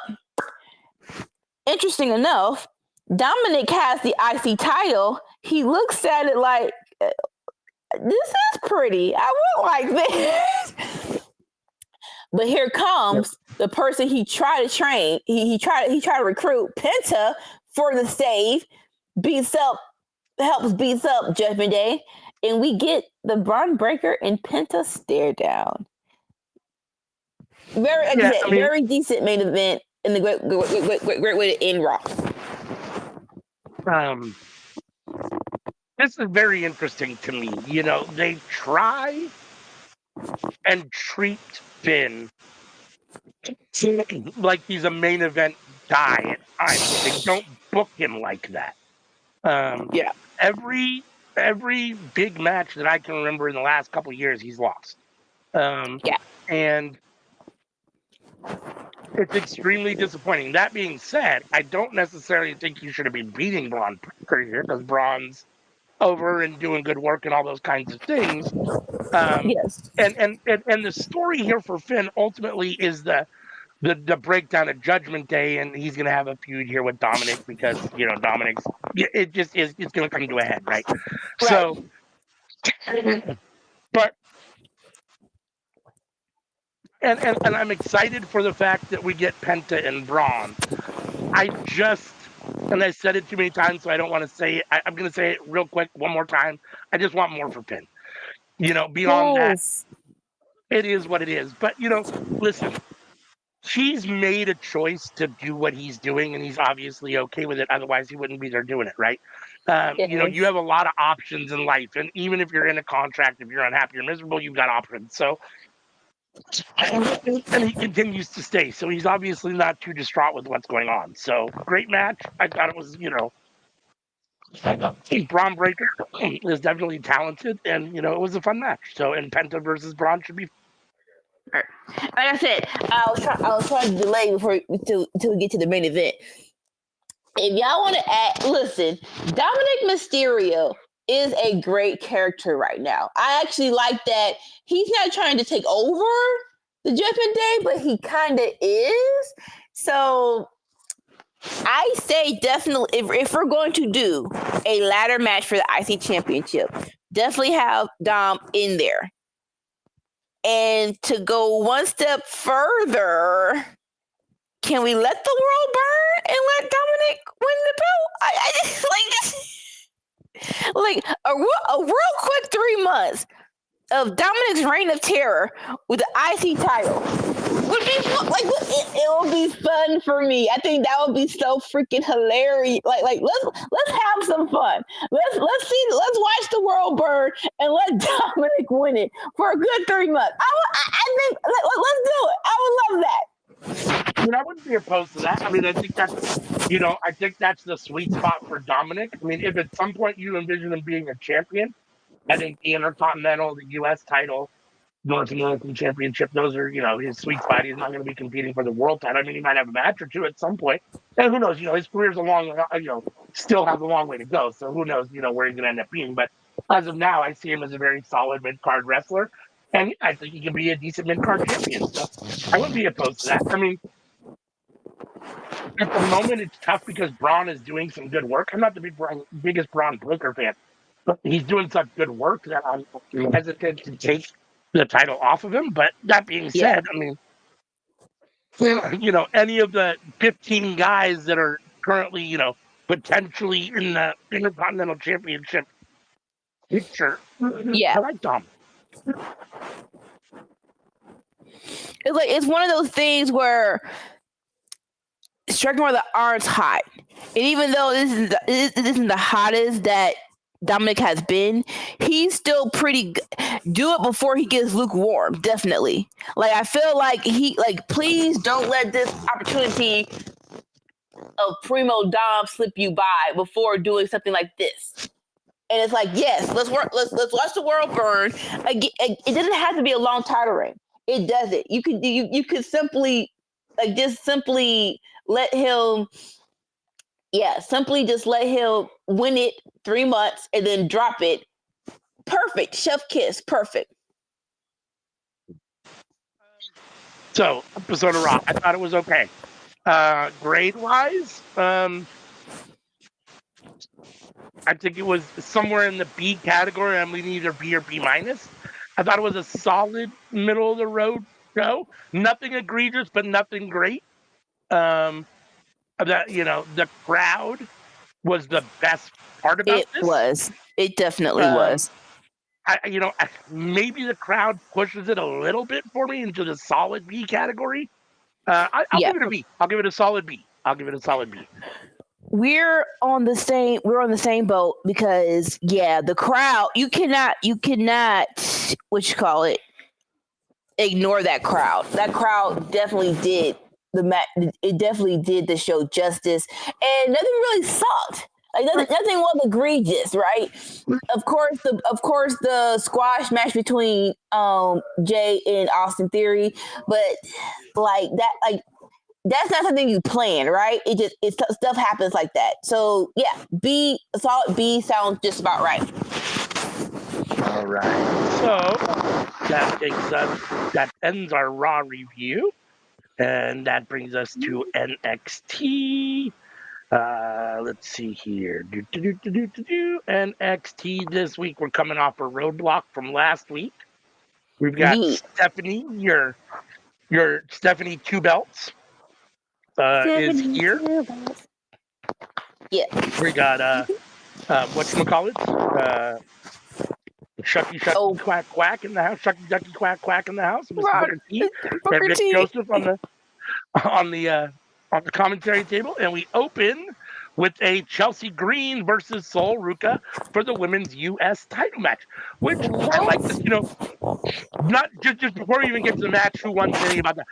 I love the fact that WWE is self-aware enough to realize that NXT's women's division is thriving at the moment. That's the hot spot for women. It's an indictment of Raw and SmackDown, but it's a hot spot for women. So send your Raw Women's U.S. title champion to NXT to fight with the best women in your company. So I like that. They're not really doing a whole lot with the U.S. title on the main roster. There isn't a whole lot to do. So I like this. I thought, them having this match, I thought worked well. And I thought the match itself was good. Chelsea Green retained her title with the Unprettier. Sol Ruca looked pretty good. Zario was in her corner. They're definitely continuing to push that unit. They were kind of Frankenstein together, but now they've been, it's beyond just, let's tag team together. Now they're actually in each other's corners. So I'm wondering if this isn't another Piper Niven, Chelsea Green type of thing where they're going to put in and actually keep them together, because Piper Niven is still in her corner, Chelsea Green's corner. I keep waiting, and I don't necessarily want it because they're brilliant together. I keep waiting for Piper Niven to kind of be like, I'm tired of Chelsea Green, I want that title, or I'm tired of Chelsea Green, and separate herself from the two of them. That being said, they're brilliant together, so I'm not ready for that to happen yet. This match was good. Chelsea Green's always fun. She's very talented, and I thought Sol looked good. So Chelsea Green should have got the win. I don't think Sol's ready to be the women's U.S. champion yet, because that means she has to go to the main roster and defend that belt. So I understand why Chelsea won, and Chelsea's a great champion. So I liked all this. What about you? No, I couldn't agree with you more. I wish, so Chelsea's on SmackDown, right? I wish they would actually let Lyra come over and defend the IC championship. Because right now, her just facing Ivy and Dakota doesn't really do anything for her or the girls, right? So I'm like, if y'all want to, please let that happen, where she comes over and defends it just like Chelsea is. Yeah. But I'm not sure if Chelsea already knew what she was going to do once she won it, or if it's just slowly falling into place. But Chelsea and her and Piper being her security, and now they added Alba Fire, and I'm like, I hate that I love this so much. I actually love that Alba's in here too. This is a great act, and this should go on for a nice chunk of change. Like, it should be either Piper or Alba turning against Chelsea and winning the belt. I would love for that to be the classic ending, but for right now, like you said, this is a great act. Let them ride the wave. I love this for all the women, and everyone came out looking great. That's the best part. Everyone came out looking great. I was happy to see Alba Fire, because I thought that both her and Isla Dawn had gotten here, but I thought they released Unholy Witches, so the Unholy Union. So. Yeah, they only released her partner. Okay. Yeah. So no, I was happy to definitely see her, and back on NXT. I think that's obviously where they got their start, and they got over. So I'm happy to see her back, and I think it does work well with Chelsea and Piper. So bringing another person into that little, now it's becoming a faction. Yeah, now it's a fact. Exactly. Now it's a faction of the Canadian, of the Scottish woman, and and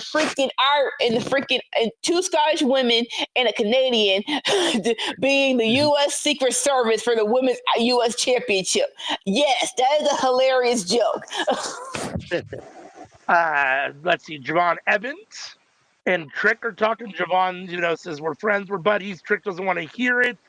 Trick is all fired up. I don't know. I'm trying to decide if I feel like Trick is trying to, or if NXT Sean is trying to slowly turn Trick heel, but his attitude has been definitely more intense. And a little, it's definitely more heelish, for lack of a better word. It's been more heelish, and so he definitely has that kind of tone with Javon. Lexus King comes in to talk a little bit of shit and run his mouth, and then he gets punched he gets punched in his mouth for opening his mouth. So, anything you want to say about this? Like you said, what's coming up. And so it'll be very, very interesting to see how the dynamics play out for everyone involved. But I'm not mad at the Trick behavior, but it is like, who will be that voice of reason for him right now? I think that'll be probably the most interesting thing of this story. Like, hey, Yeah. you going off the you going off the deep end, bro. We thought once you sold those stuff with Eddie Thorpe, it would have been done. But no, you're still crazy, bro. You still acting crazy. Yeah. So we need y'all to we need you to take it down a notch, please. Do you think we're gonna get a full-on Trick Williams heel turn? Is that you think that's where this is going? I don't think so. Because we've been saying it for the past couple of weeks, so I can say it now. It's gonna be Oba versus Trick, right? And I don't want Oba to be like, no, you don't. Everyone doesn't have to be a babyface or a heel in every story. But dynamic wise, I don't see Oba as a babyface. Maybe they're trying to keep up the intensity because Oba's so intense. Maybe that's why. It's like, okay, Trick, you need to empty up because you're gonna go get this dude. Right. And for that, I don't mind. Yeah. I'm not 100% sure what I think Oba is. I think right now he's a tweener. I don't think they've definitely put him on one side or the other. Like, he's definitely over with the crowd, and he hasn't done anything per se like truly heelish yet, but he's definitely not what I would call your classic babyface, that's for sure. I mean, he's too intense for that. So, I mean, as they do now more, with the over the years, with kind of the understanding and the breaking down of the fourth wall and the curtains kind of opening and fans knowing a little bit more about what's going on, and the idea from, I think it was Eric Bischoff, if I'm not mistaken, basically telling guys to be more like themselves and letting them be, as opposed to characters, just being themselves, and that's how they're going to get over. With all of that, you definitely get more. What was I going to say? Now I lost my train of thought. When wrestlers are more themselves, you get less of a definitive line, I think, between babyface and heel. That's what I was getting to, because most people aren't just one or the other. We're all gray, right? At times we're frustrated because, as Trick is, we're frustrated because what's going on. We lost our title. Oba's kind of got our number. We're a little frustrated, but at the same time, we're not completely, heels either. We're not just the worst people either. So we're not just going to necessarily kick somebody when they're down or do something, take the shortcut, those kind of things. So I think as you get people that are being more authentic in themselves, you do get more of that gray tweener stuff too. So Oba definitely feels like a tweener to me at the moment. Yeah, no, I definitely feel that. And like, if it was a John Cena saying it, I'll believe it. Where it's like, I'm not face or a heel. I'm a human being. Like, I needed someone else to say it, but it was a good line. Yeah, I mean, that's true to a certain extent, right? So, yeah. Let's see. D'Angelo family's backstage. Luca's going to go get the title back tonight. But Tony needs to stay in the background because he needs to chill per Stax's recommendation / instructions. At first, it looked like Tony was going to be like, what? And then he was like, I think that's a great idea. So Tony decides to stay in the back for the match later tonight. Stephanie. Oh, did you want to talk about Tony D in this little segment at all? No. Like I said, their sweet spot is when they actually have a story for the group. And I actually like where the story's going. So this is good. Yeah. Stephanie, our newly crowned AEW Women's Champion, as well as your North American Women's Champion, Stephanie Two Belts, is here for a chat. She says that she has a little bit of difficulty sometimes with promos because English is not her first language, but wrestling is, and she proved it last week against the best. And she's ready for her first challenge. And lo and behold, here we get the juggernaut Jordan Grace coming out to interrupt. Grace says that Stephanie's a trailblazer, but she isn't the only one who won last week. And then we get Jada Parker who jumped Jordan Grace from behind, Yeah. saying the line starts behind her. Yeah. And Stephanie should enjoy her time as champion Yeah. because Parker is coming for the title. I Yeah. absolutely loved this. Everything about this. I mean, I'm still not 100% sure what we're doing in general with the titles in the women's division. I'm a little not Yeah. sure. That to me still doesn't. I think the only reason that it makes sense that Stephanie beat Julia is because Julia is going to the main roster. That's the only thing I can think of. That being said, when you have two belts and one of them is a mid card belt and one of them is the one of them is the main event belt, by default, it does do something to diminish. It buries the mid card belt a little bit because you're Mhm. going to give favor to now. She's going to defend both this week, as we're going to find out. She's going to do double duty and defend both titles on next week's show, which is amazing to me, insane. But it Yeah. just feels like it does bury the North American Championship a little bit, which again isn't the end of the world because it's only a mid card title, but it does feel like that. Jada Parker coming out here and attacking Jordan Grace, I absolutely love that. And Jada Yeah. Parker inserting herself in this main event picture, I love that. She looked great. She came off great. I'm here 100% for all of this. If it's a triple threat for the world title, that I'm here for at NXT Stand and Deliver WrestleMania weekend pay-per-view, that would be awesome. Even if it's I'm as much as I like Jordan Grace and Stephanie McCare, for me personally, I would prefer to see Jada Parker against Stephanie. Yeah. But again, triple threat it would be fine with me too. So, what do you think of this whole segment? No, couldn't agree with you more about everything you just said. Um, like I love how I set it up too, because like, okay, Jordan Grace is here. She's the obvious choice, but like, nope, Jada just like you said, Jada just attacking her and just putting her knee on her head while she's in the where she's in the ring. What you call it? The ring apron? You don't call it the ring apron. The barricade, where it's like she's putting her knee in Jordan's face for where she's on the ring, the barricade and then I love Jada speaking while you see people checking on Jordan, like she didn't just whoop this girl's behind.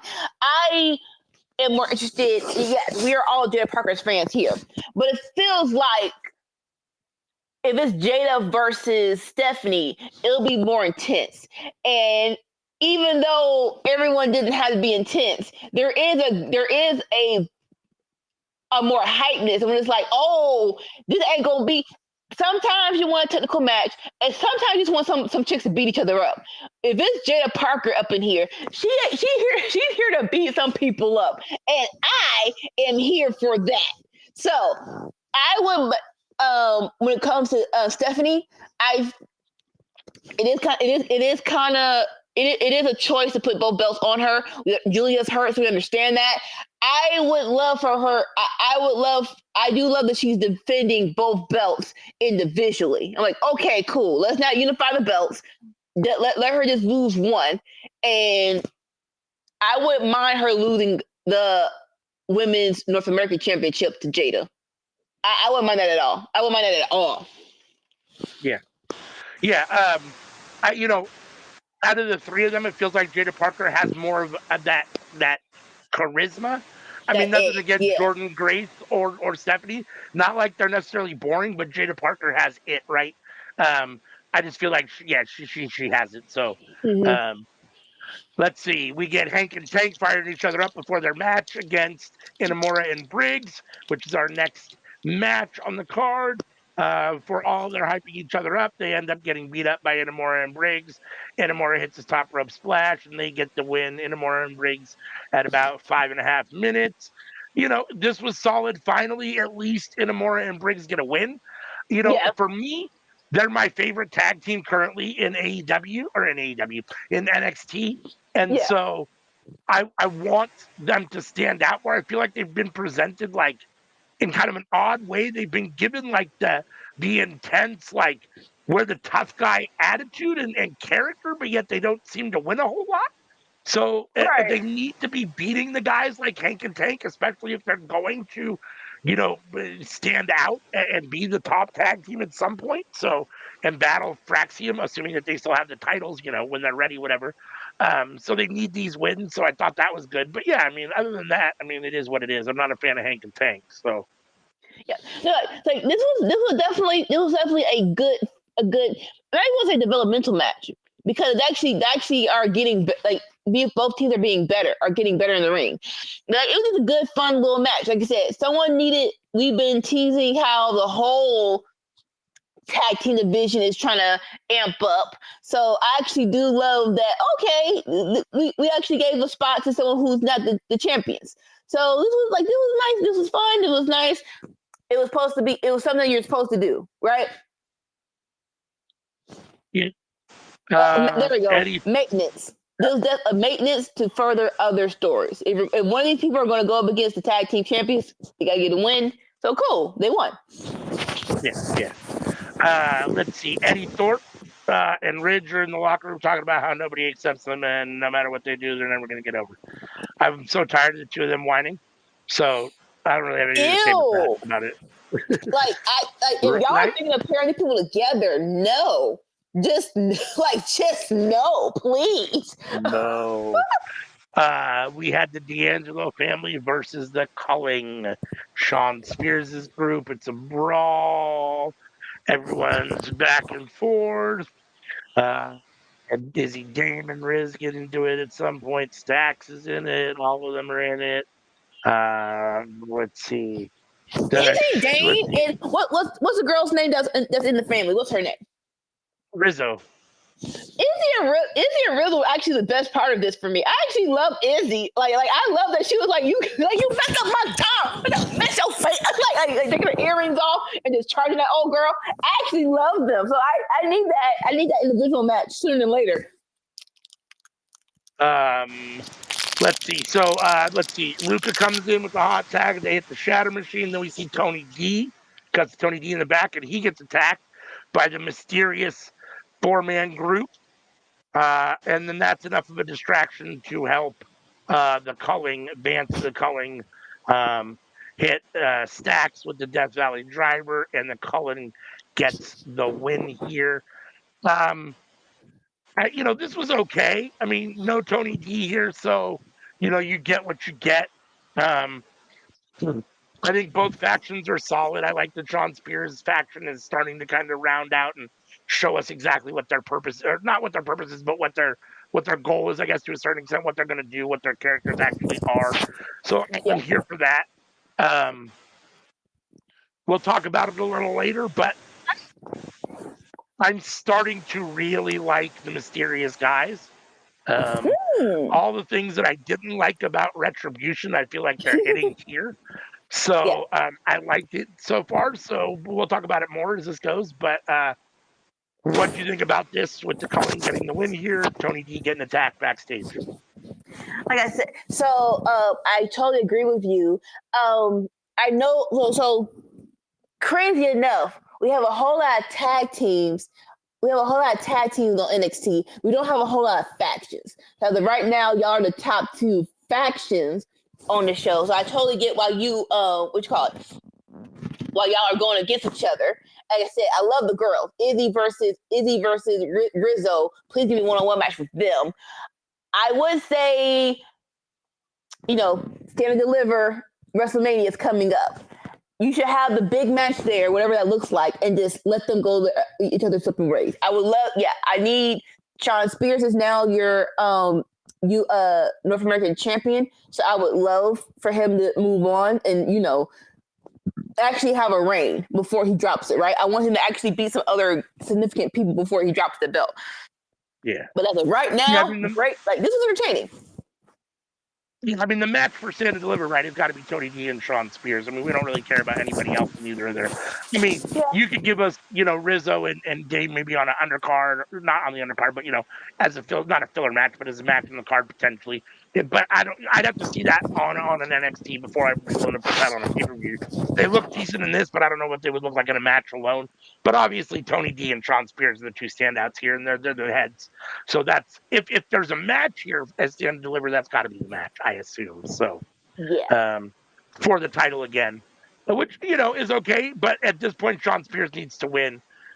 Probably if it's for the title, Shawn Spears needs to win. I think. Yes, yes, he does. Yeah. Ava makes Jada Parker versus Stephanie for the women's title, the AEW Women's World Championship next week. And Okay. Stephanie's okay with that. And then Fallon Henley says she wants her own title shot. And Ava says, I'll deal with you later. I'm too busy right now. But ultimately, we'll talk about it. But we do it's going to be Fallon versus Stephanie next week for the North American Women's Championship, and Stephanie versus Jada Parker for the Women's World Championship. So Stephanie Two Belts is going to be putting in double work next week, which getting to see Stephanie twice is never bad. Right? She's young and young. She's whatever, and still has the the wherewithal to do that. I'm not The a big fan energy of to do making this. people, Yes. and I'm not a big fan just the wear and tear on the body. I mean, you already do so much as it is. I mean, and then to do it two times in one night, it's like My guess is that one of the two matches will be significantly shorter than the other, probably, or something will happen in one of them to make it end, so that she doesn't have to go 15 minutes with both women, right? Mm-hmm. So, Yeah. but I guess we'll see. I'll just JC, say this. go ahead. I hope she gets a bonus. I hope she's getting a bonus for defending both belts. It ain't my fault the old girl got hurt. You put both belts on me. But I would love if they tell. This is actually a good story to tell. Where if she keeps at this pace, it's gonna basically deflate her and she loses one of the belts. Hopefully, it's the North American one. That'd be a good story to tell. Yeah. The only difference is that I would prefer that Jada Parker was a North American champion and not Fallon Henley. I don't want her to lose it to Fallon Henley. I don't need a second Fallon Henley North American title run. That I don't need. So that being said, so then we get JC Jane versus Carmen Petrovich. Fatal Influence is here. Shanti Adonis is here. JC Jane ultimately catches her with the big discus forearm for the pin. A little over 4 minutes. Carmen is getting better, but this is definitely, for the women's division, this is probably the bottom of the stack at the moment because it's so stacked, right? I mean, both these women are very low on the list at the moment, unfortunately. And, as much as they want to try to push Fatal Influence, they don't get over. They don't. I mean, Fallon Henley is better than she was, but they're definitely a mid-card faction. JC Jane has done really nothing, in my opinion, since separating herself from Gigi Dolan. I mean, we had that rub from Cody where he gave her the mask, and that didn't pan out. I guess I was supposed to try to get her over. That didn't work. The only thing that's working for them is that Fallon Henley is getting better. Honestly, beyond that, nothing else is really working for them. And this was what you would think it would be between Carmen and JC Jane. Anything you want to say about it? It was one of those hey, it's a 2-hour show. You need some wrestling. Go ahead and have a match. Serviceable. Yeah. We get a little Hank and Tank backstage, and here comes Wesley and TNT, or Tyson and Tariq to talk shit to Hank and Tank. I mean, I like Wesley with these two. These two were on Evolve last week, and they looked really, really, really good. So, I mean, I like them. So, and I like them with Wesley. I kind of like the little heel faction they've got going on. So, make fun of Hank and Tank. That's fine with me. Jada Parker's ready for next week. And then we see Ashante and Carmen arguing in the back. I don't know what that's about. Probably about Carmen taking the loss. Who knows? We'll find out next week. We get Ricky Saints versus Ridge Holland.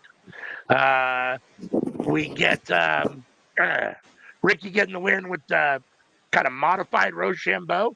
It wasn't like the full Rochambeau action, but it got the job done okay.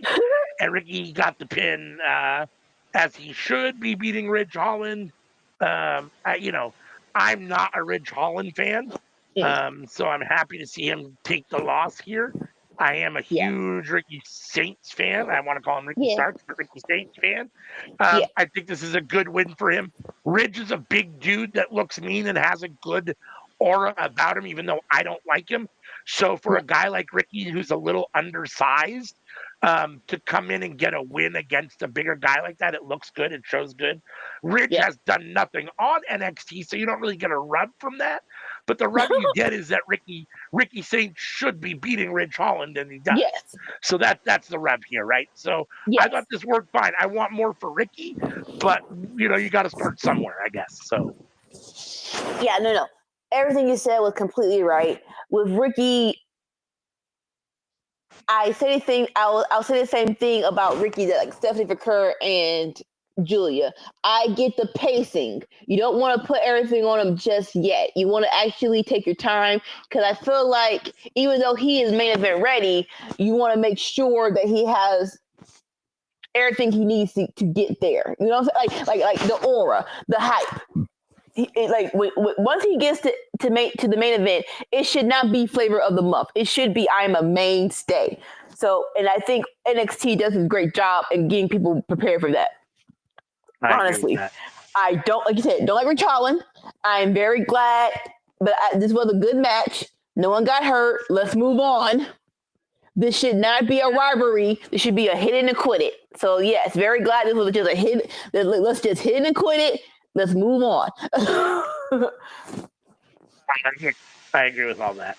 We finally get what appears to be, if I'm not mistaken, I'm trying to remember, but I think our first actual promo little segment with the mystery group where they actually talk for the first time. Yeah. And I still have no idea who any of them are other than Dion Lennox, which is fine. I thought everyone came off really well. I thought everyone came off good, but the big white guy. The big white guy looked sounded a little clunky, but it was still ultimately okay. The final guy, I don't know who he is. He's the dude. That's the dude. That dude has it, right? Like you can see he's got that swag. He's got the charisma. I'm not saying the other guys don't, but he's got it. When he came up at the very end and gave his little, I was like, okay, I'm here for this. Like the thing that I like better about them, like I appreciated what Retribution was doing because they were guys that we had all known and seen not get over. I didn't like the changing of the names from Donovan Dijak to T-Bar. I didn't like all the stupid renaming of the guys. Old man. This was on his old man. We already knew who these guys were. Just let them be who they are. I think it would have worked better that way, not to mention Retribution is a terrible name. I like the fact that we have no idea who these four are. It makes it feel more believable that they're like, we haven't been given a chance. Like, it's hard for you can argue that the guys in Retribution hadn't been given a chance, but you can also argue that they've been given more of a chance than other guys. So it's like, I don't know. These guys, you can say, probably really haven't been given a chance because I've never even heard of any of them, except for Dion Lennox. So, in that regard, I like that. And the name, apparently they're going to be called Dark State, which I like much better than Retribution. I think Dark State is great. I think it's a cool name. And I thought this came off well. I thought this came off really well. So we were off for last week, but I wanted to talk about, because when they were attacked, they did an attack on someone last week at Madison Square Garden, and one of their masks came off, and it was like, okay, so we know who. It was clearly by accident. I don't think it was supposed to be on purpose. So I actually do like that. All right, we're not going to do the. Let's not do the. I think right now we're doing a thing where it's like, how do we make them better? Let's learn from our mistakes from Retribution. You know, it's like, well, how do we make them better? All right, Yeah. we're not going to do the mask thing. All right, so let's take the mask off. Let's actually have them talk. Let them actually be real people, not a spooky group. Like I love the template for them is do everything we weren't doing with Retribution, but it's working. Yeah. But I totally agree with you. The last dude is the dude. It's like, all right, Yeah, all the right. last dude. Like you're definitely gonna be somebody. The other people need some work, but you don't worry, bro. We gonna make sure you good. Yeah. So we had let's see. We get the announcement that Stephanie will be defending both titles next week against Jada Parker and Fallon Henley. Then we get Ricky Saints. He's happy about his win and is ready for Stand and Deliver, although at this moment he doesn't really have anything going on. But then the calling interrupts. Sean Spears and them come in. Ricky tells Izzy Dame he measures up in all the right places, baby. And then he stares at Sean Spears. So Ricky versus Spears for the North American Championship. Yes, please give me that. I'm here for that. Even a triple threat with Ricky and Tony and Sean would be fine. At Stand and Deliver, I'm here for that too. We just got to get there. Ricky's just got to. We've got to. I mean, this is starting to, I think, lay the foundation for how we're going to get there. But I'm here for it. What about you? AEW, AEW, it's like yes, like we're on the road to WrestleMania Takeover. That's what I'm calling it, WrestleMania Takeover, and Ricky should definitely be on the card. And him versus Sean Spears, yeah, that's tasty enough. Yes. Yeah. We get Eddie Thorpe and Trick Williams in NXT Underground. No ropes. You can only win by submission or KO. So I thought this was on the last NXT pay-per-view. This is like I was very like I didn't know this didn't happen yet. Maybe and that's on me. But yeah, I was very like, oh, I thought we already did this. I think the last one was the strap match, wasn't it? Wasn't the last one the strap match? It was a strap match, but I remember them announcing doing Underground, but I thought for some reason the Underground should have already happened. Well, so I remember them announcing it, and then I was still surprised when it was on this episode. Right? I feel like yes. I thought that it was going to maybe be down the road, like it wasn't happening yet, and then all of a sudden we were here. So, which is fine. Don't get me wrong. Don't stretch out Eddie versus Trick Williams any longer than you have to. Let's get it done. Especially if you're going to do. Don't get me wrong. I'm not a big NXT Underground fan. I'm not a big Underground fan in general with the no ropes. I'm not a huge fan of that. That being said, this was not a very good Underground whatever. Trick got the win, hammering away. The ref stopped it after it wasn't even 4 minutes. I mean, this to me wasn't what I would call the best example of an Underground match. And I hope now that, this is over. You saw uber intense Trick Williams take out all his aggression on Eddie Thorpe here, as the ref called it at the end because he was hammering away on him, looking very aggressive and violent. But I really hope this is the end of Eddie Thorpe and Trick Williams. I kind of hope it's the end of Eddie Thorpe in NXT at the moment. He needs to do something. I don't know. He needs to come back. I don't know. He needs a makeover, and this will be the second time because he's already had one. So yeah. But what do you think of this? I think it was a decent one, but like you said, doing a Underground match, you have to. The best one by far was Lola Vice and Shayna Baszler, right? So yeah. unless you're one of those people, it really is like unless you get how this is kind of supposed to happen, it's not gonna end well, but it's not gonna be what you wanted to come out to be, right? But like you said, I think it was a decent match, a decent main event for NXT, and we're finally getting what we want, which is Trick versus Obathini. And so, that is exciting. That is what we're gonna. That should be hyped. That's the hypeness of all of this. And Trick looked really good coming out of here, which is important going into his feud with Oba. Yes. And so I think maybe that's the reason for all of this. maybe someone was like, if we're going to do Trick versus Oba, Trick needs to be more intense. And it's like, hold up, didn't I face Dragunov? I thought I was during the Dragunov match, but maybe they were trying to get that, like, maybe they're trying to get that heightness back, which I understand. But I'm like, hey, it's here. It's here. You don't have to do any more re-anticipatizing Trick. We can finally do this match, and it should be what we all want it to be. Yeah, the fact that this was a main event and it was only 4 minutes, is disappointing, especially, underground matches. I'm not a big fan, but they usually have more meat on the bone than that. The matches usually go a little longer. The match itself really wasn't the important thing here, I don't think, which is odd. I think that the story that happened post-match is really what we're here for, right? And that's why this is the main event. So post-match, Trick calls out Oba. The lights go out. Dark State is here in the crowd, along with the Evolve wrestlers coming out. This became a huge clusterfuck here. This ended up being Oba and Trick are in the ring looking at each other. Javon Evans attacks after the lights come on, attacks Oba, hits him with a cutter, stands with Trick Williams, and they're looking at each other.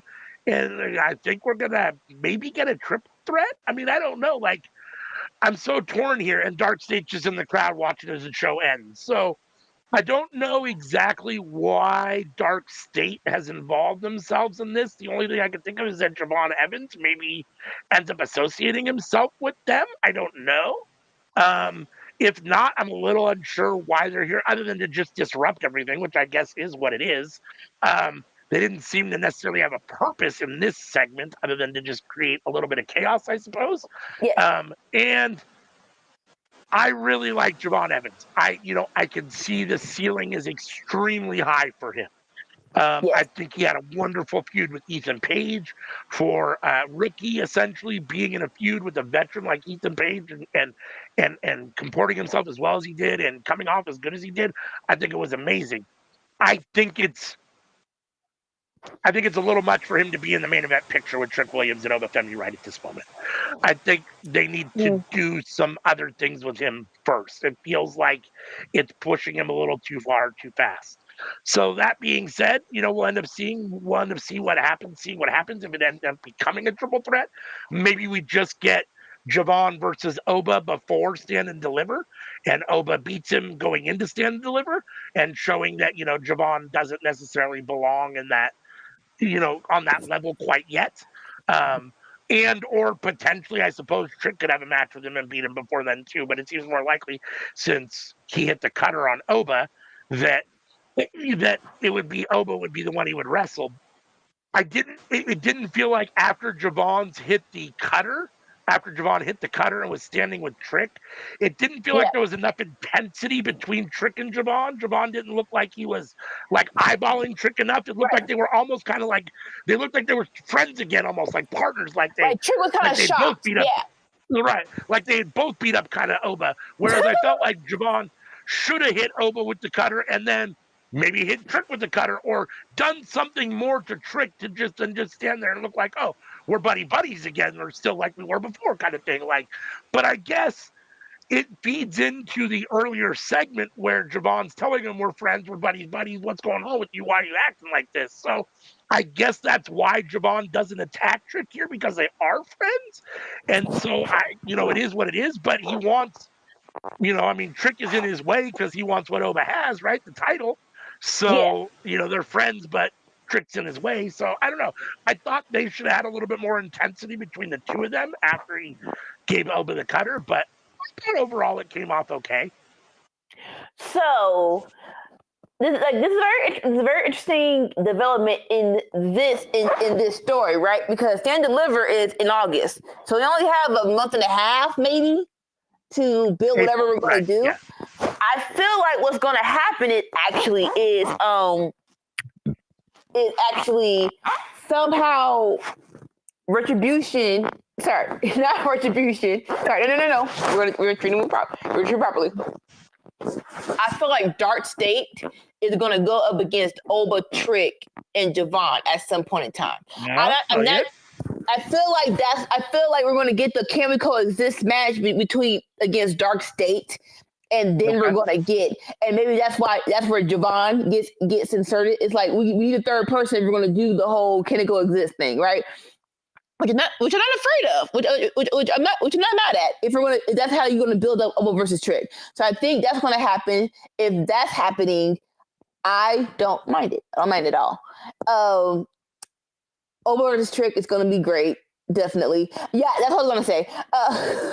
The pull apart brawl in the ring with no ropes scared the crap out of me. I'm like, can y'all please make sure y'all are not by the edges? Because it feels like one false step, somebody's gonna fall. I love that it tightens your butt a little bit because it's like, oh snap, what's gonna happen? But it's like, please make sure everyone is safe and no one does anything, and just make sure you're in the middle. You're not by the edge of the ring. That was just me. But yeah, the close. The match was fine, but the closing segment was worth the wait. It was worth the price of admission. Yeah, I agree.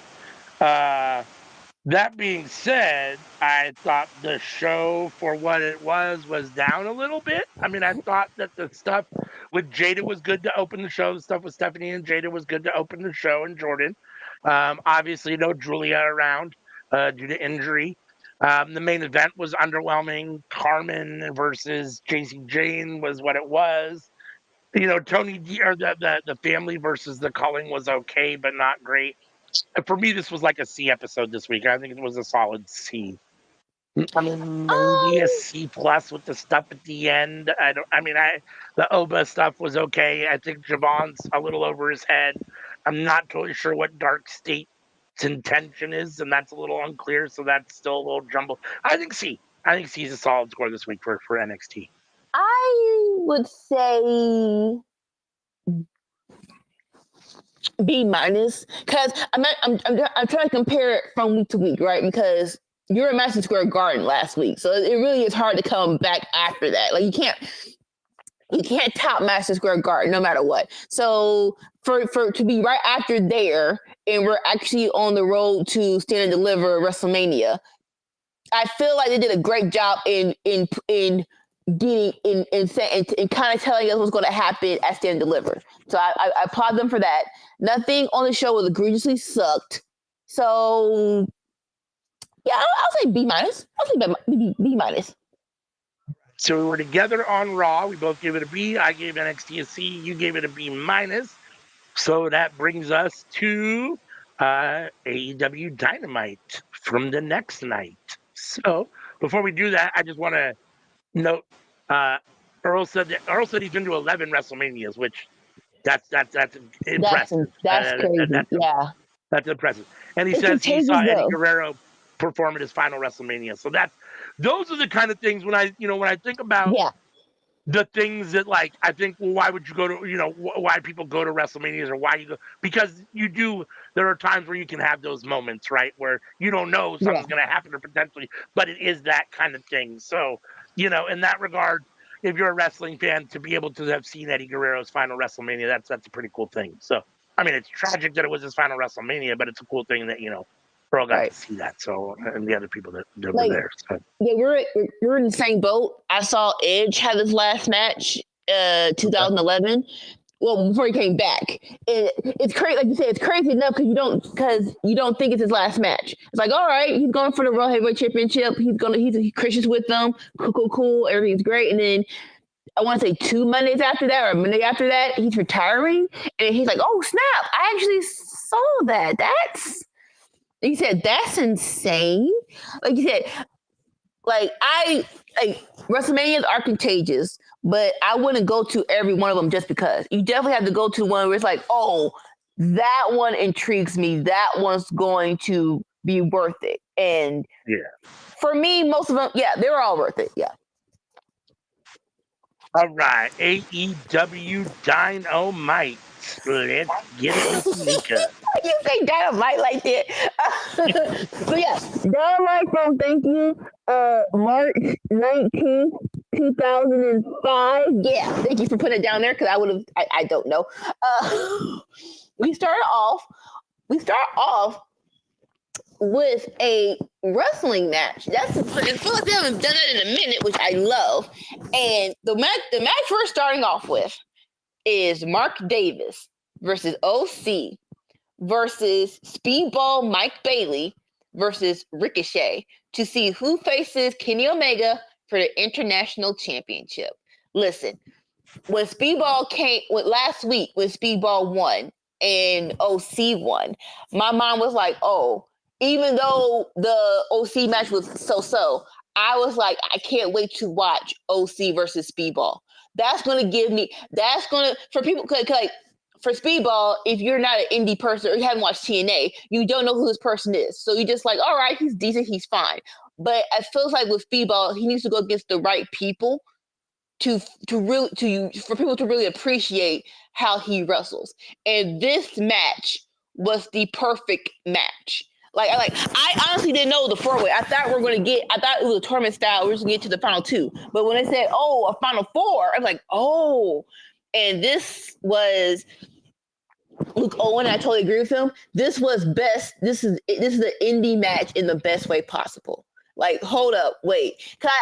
Cause like side note, I don't think anyone would have said we're going to get, like, if you said you're going to see Speedball and Ricochet wrestle, that's on no one's bingo card. That's on no one's bingo card. So this is one of the great things about Ricochet and AEW. It's like, oh snap! So onto the match. This was great.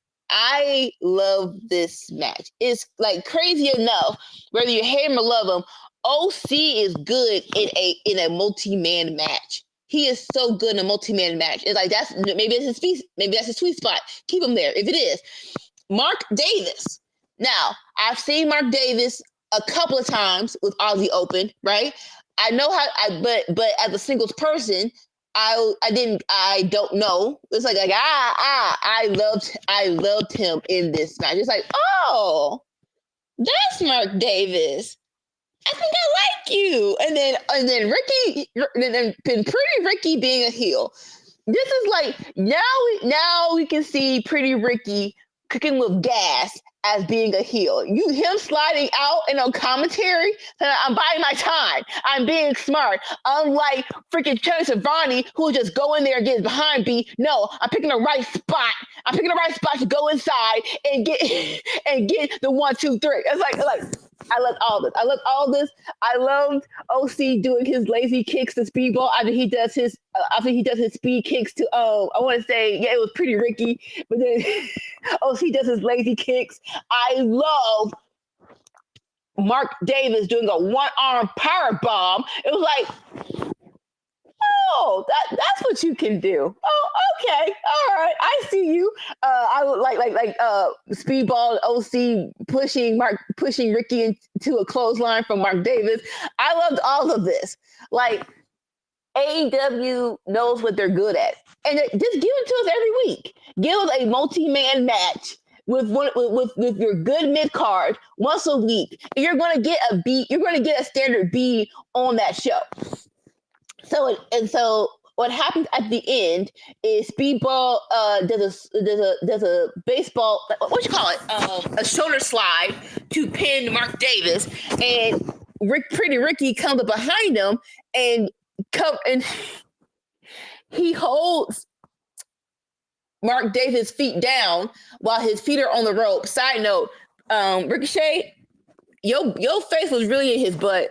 Like, I don't know. I don't think you thought ahead of how this was gonna work. But it's like, sir, I want to you wash your face, sir. There's a whole lot of balls in your face. That's just me. There's a whole lot of balls in the face. But so 1, 2, 3. Technically, both Speedball and Ricochet pins Mark Davis, and the ref tells the ring announcer and to announce that the match at Dynasty will be a 3-way: Kenny Omega versus Ricochet versus Speedball Mike Bailey. I am not mad at that. That match will be good. Any thoughts? Lots of thoughts. So I thought this came off really, really good. I thought that Great way to open the show. All four men are, insanely talented. One of these things is not like the other, but it didn't matter Woo! in this Yeah, situation because he yeah. showed Who? out. If you, Mark Davis, Mark Davis looked amazing, oh, and yeah, yeah, he reminded you why. He reminded you why Aussie Open was a main event tag team. Coming into AEW, why they were considered one of the greatest tag teams in the world. When they came in, and the reality is that some people start and some people thrive as tag team wrestlers. My guess is that Mark Davis had plenty of time as a singles wrestler before. I don't know, but my guess is he had plenty of time as a singles wrestler before him and Kyle Fletcher got together. Mark Davis has a few years on Kyle Fletcher, so I'm sure Mark Davis had been doing it for a little while before Kyle Fletcher came around. And I think we got to see, because of Mark Davis's injury, we got to see Kyle Fletcher solo, and now that they're back, we get yeah, to see Mark Davis solo, and Mark Davis is amazing. I mean, all four of these guys are incredibly talented. Ricochet, OC, and Speedball. When you see those names on paper in a match together, you already know what to expect. Assuming that yeah, you're familiar with Speedball, you know what to expect, and they didn't disappoint. I mean, this was a perfect, like you said, this was a perfect kind of AEW debut for Mike Bailey to a certain extent. This is a match where he can do all the stuff that he does, in fourth gear, at a, and look great doing. Mark Davis came off as looked like a beast. I thought he looked, amazing. I'm a little disappointed in the fact, as great as Ricochet, Speedball, and Omega is going to be, and make no mistake about it, it's going to be amazing. I'm a little yeah, disappointed that we didn't have a single winner. I thought the yeah, way it came out was fine. I thought Ricochet sneaking in to try to get the pin when he wasn't, and having it's perfect for Ricochet. He's in his bag, like you said at the moment. yeah, Between coming out to be on commentary, the little heel pin at the end, all that stuff is great. It worked fine. It looked fine. It worked fine. It made sense. I just wish we were getting either Ricochet and Omega or Speedball and Omega. That, again, the triple threat's going to be amazing. I just wish we were getting a singles match. But again, this came off wonderful. I'm very happy that Mark Davis was here in this spot, because I think it reminded people, and or for hmm, people that didn't know, were able to see how good he can be. And I really hope that they do something with him going forward. So I enjoyed all of this. I thought this was a great way to open the show. yeah, 100%. And I think we're going to get Omega versus Ricochet. Definitely, Omega versus Bailey is going to be a singles down the road. I think so. I think we're definitely going to get that just down the road. All Yeah, yeah. right. Next, we have a video package of the Hurt Syndicate. Just in case you forgot, these are our tag team champions. Just in case you forgot, they're the baddest team on the planet. Just in case you forgot, they hurt people. So, like, this is a very good video package. So even though we saw in MVP last week, we haven't seen Bobby or Shelton Benjamin in a minute, and so it does feel like, hey, they should be doing a match sooner than later. What Better happened? late than never. My alarm didn't go off, so I woke up naturally on my own.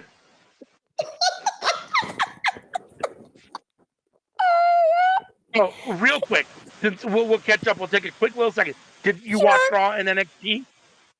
I did not watch NXT. Okay. Was it You good? watched Raw. It was good. Yeah. What grade would you give Raw? We both gave it a B, Mm. just so that we don't have to I, talk about it. Just give it a grade. before you said anything, I was thinking about a B. Okay. So we're all in agreement with B. Sammy didn't watch NXT, so all right, Anika, you can continue with where you were at on Dynamite here. So real quick, because we just got started. What do you think about the first match? Davis versus OC versus Bailey versus Ricochet. I feel like Mark Davis must have gotten trained by Big Show and we didn't realize it, because I feel like he's switching sides every week.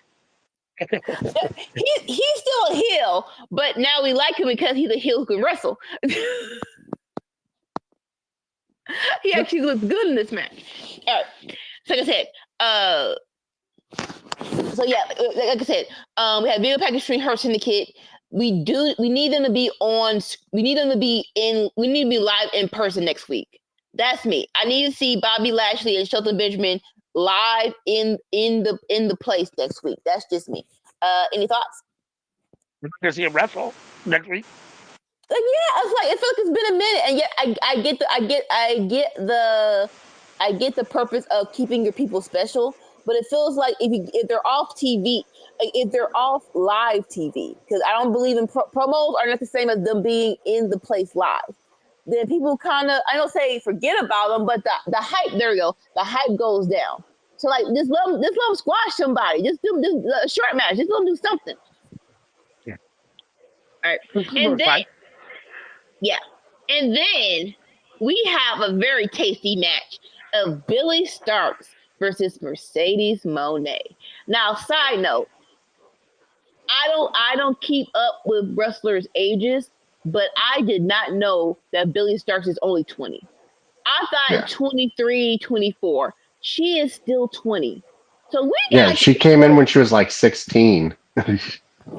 Like, so we got time. And it feels like she got signed to AEW 3 years ago, not 2 years ago. So I feel like she's been in AEW for, even though she's been in Ring of Honor, I thought she'd been there for a long time. So it's like, she's only 20? I think she got signed when she was 18. I don't think AEW signs people under 18. I think they waited till she turned 18 and then signed her. Yeah. Because I know Nick Wayne he was 18 when they signed him. So it's like, I just had to say this. She has time, and she's gonna do some things. This match was great. Like, for people who don't know who Billy Starks is, for people who don't see Ring of Honor, it's like, oh, this is, like I said, she got signed to AEW 2 years ago, and I remember her getting signed. We really didn't see anything. She went to Ring of Honor. Her and Athena's tearing it up. So it's like, in case you were wondering who this little girl is, who's been in these Mercedes segments for the past 3 weeks, this is Billy Starks.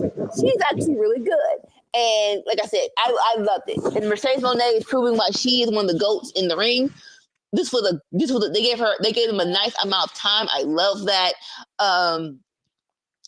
That I'm not sure what they call the move that Billy did on her, the ring apron, and basically it was a driver to Mercedes, and Mercedes she didn't kick out, her leg was on the ropes. It's like, what the frick are we, bruh? That was so scary, because like, did she land on her head? Is she good?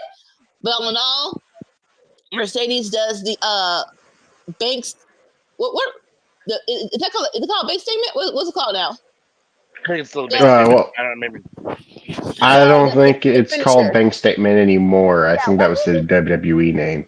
Yeah, like, what is it called now? Basically her version of the crossface, and Billy kicks out, and Mercedes retains her TBS championship.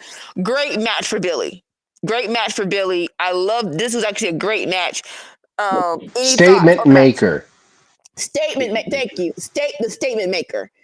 This was a very good match. I love Billy. I love Mercedes. And for people who don't know, this is Billy Stark. She'll be one of our she's the future, and the future looks bright. Any thoughts? I thought that they were going to slow burn this. I thought this was going to be the match at Dynasty.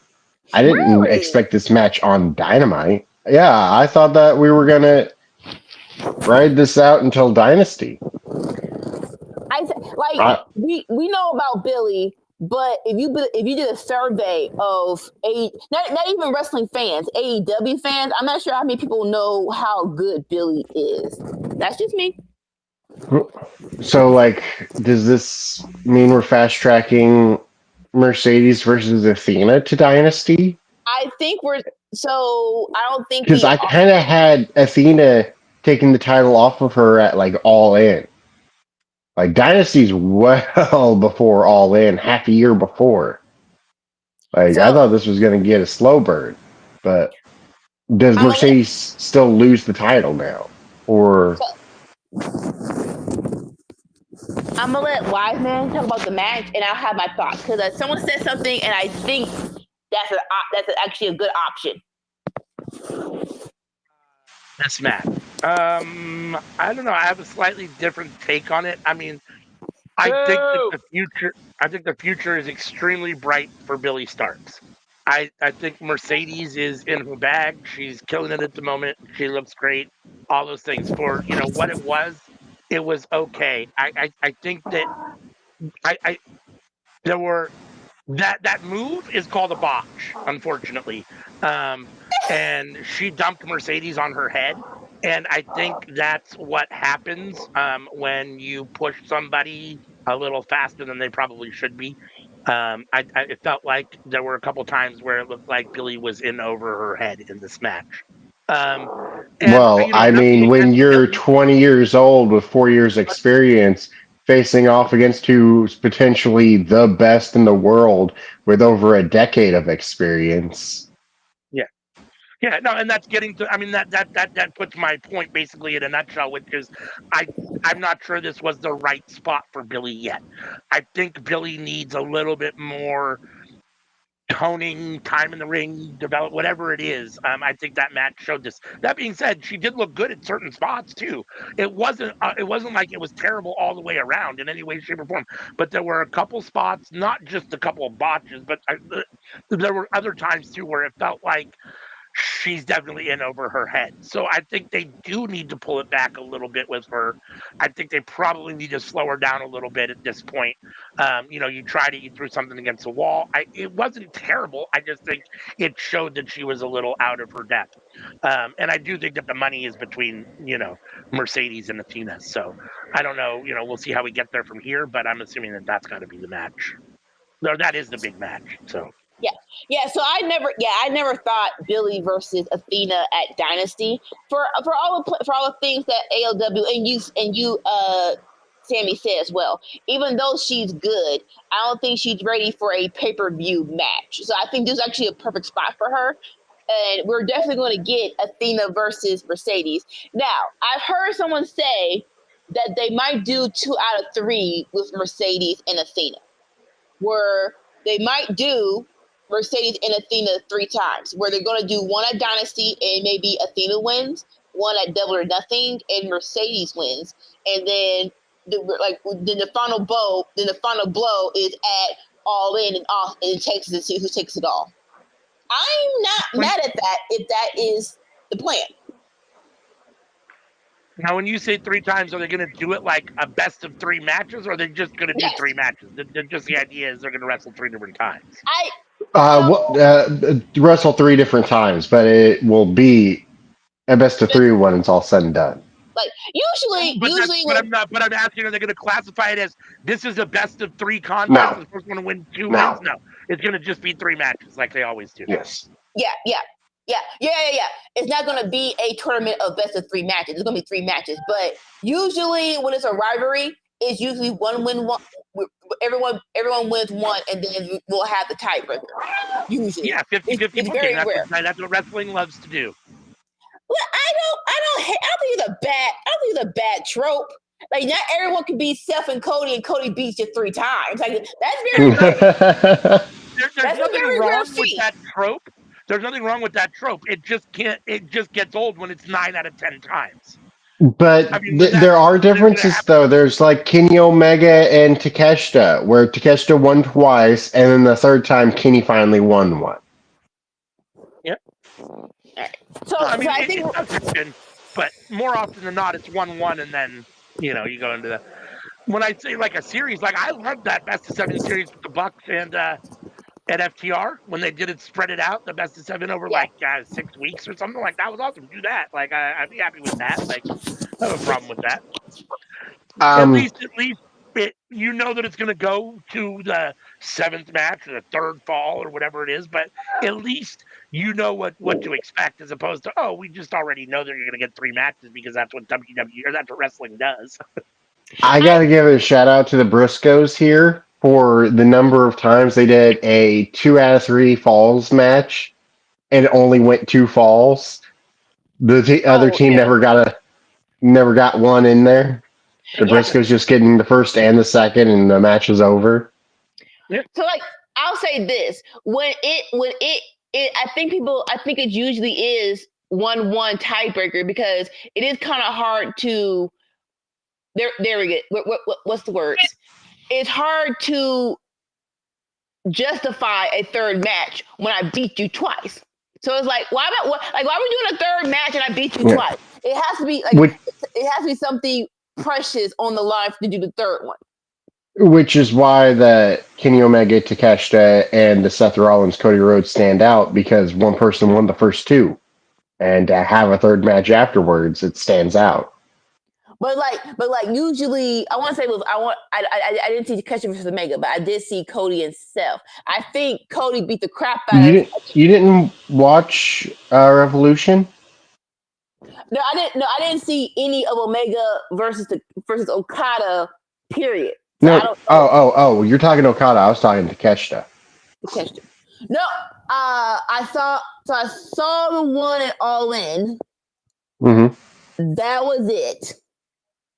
And then I saw the one with the Revolution. I didn't see there we go. I didn't see the whole rivalry. And honestly, with the Takeshita and Omega, the first two times should have meant more, and AEW kind of dropped the ball with what after you beat Omega twice, you need to be going for the World Heavyweight Championship. You should be pushed through the roof.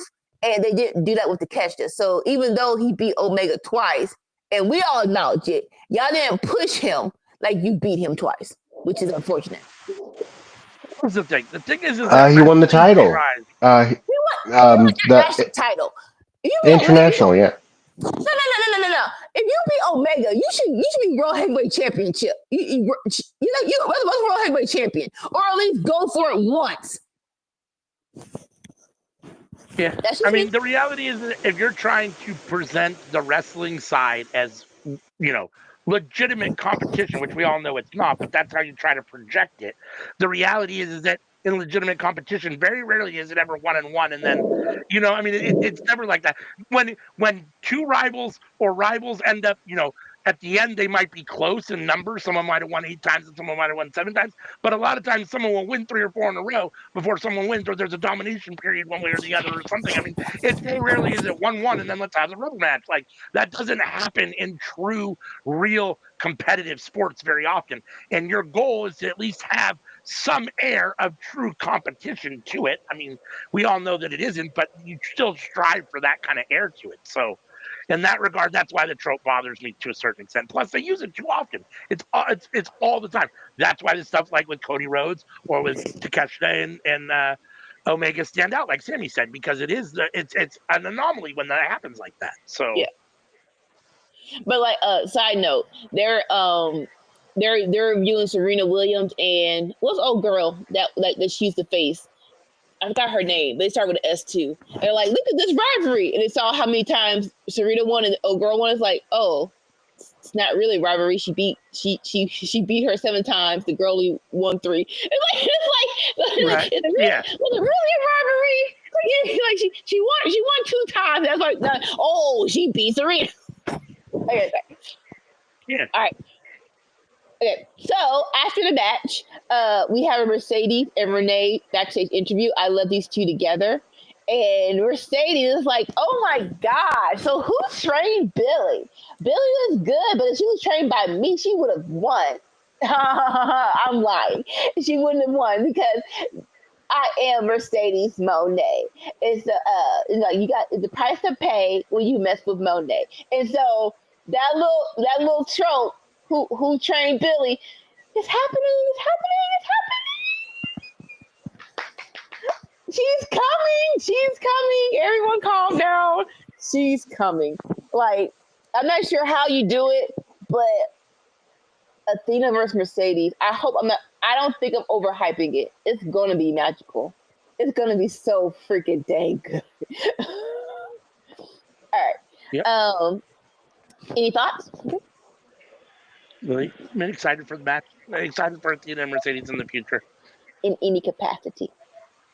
All right. So now we see MJF behind the scenes.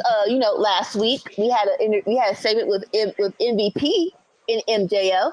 MVP he offered MJF his card. MJF was like, listen, no offense, but I was a World Heavyweight Championship. MVP said emphasis on what? Then we get a video. Then we get a video of MVP of it's too many abbreviations. MJF backstage looking at the card, and he's like, you know what? For the past couple of months, I've been fighting. I've been fighting basically rivalries that didn't serve me any purpose. But I'm telling you right now, I'm done. I'm done crying over spilled milk. All right. So basically, we're going to get our eyes back on the heavyweight championship, right? Do y'all think he goes into the Owen Cup or not? MJF? MJF. Possible. I don't know. I mean, I I, don't know that he needs it, but it's possible. it's possible, yeah. Because, like, in my brain, it's been a minute since he's been around the World Heavyweight Championship situation. That's And not where I thought you were going with this question. why? Well, people are discussing online of is he setting up for bringing his old faction back from MLW? Oh, Is he bringing in Hammerstone and Holiday, and they're going to be taking on the Hurt Business? I did see that him and the Hurt Business is a change of pace for MVP. I'm sorry, MJF. Sweet Jesus, is a change of pace for MJF. I don't know how that plays out. We've already done the whole thing of MJF trying to join a faction. He brings it on like the Pinnacle. That's basically the story of the Pinnacle, where he tried to infiltrate the inner circle, and then he has to have a faction of my own. And then here comes Wardlow and FTR, right? And Sean Spears. No one can do it better than him. Like and again, it was good. It was fine. Do you want to do that same storyline again? I don't know. Listen. If you can bring the dynasty in, and you can get MJF There's a name and for it. Right?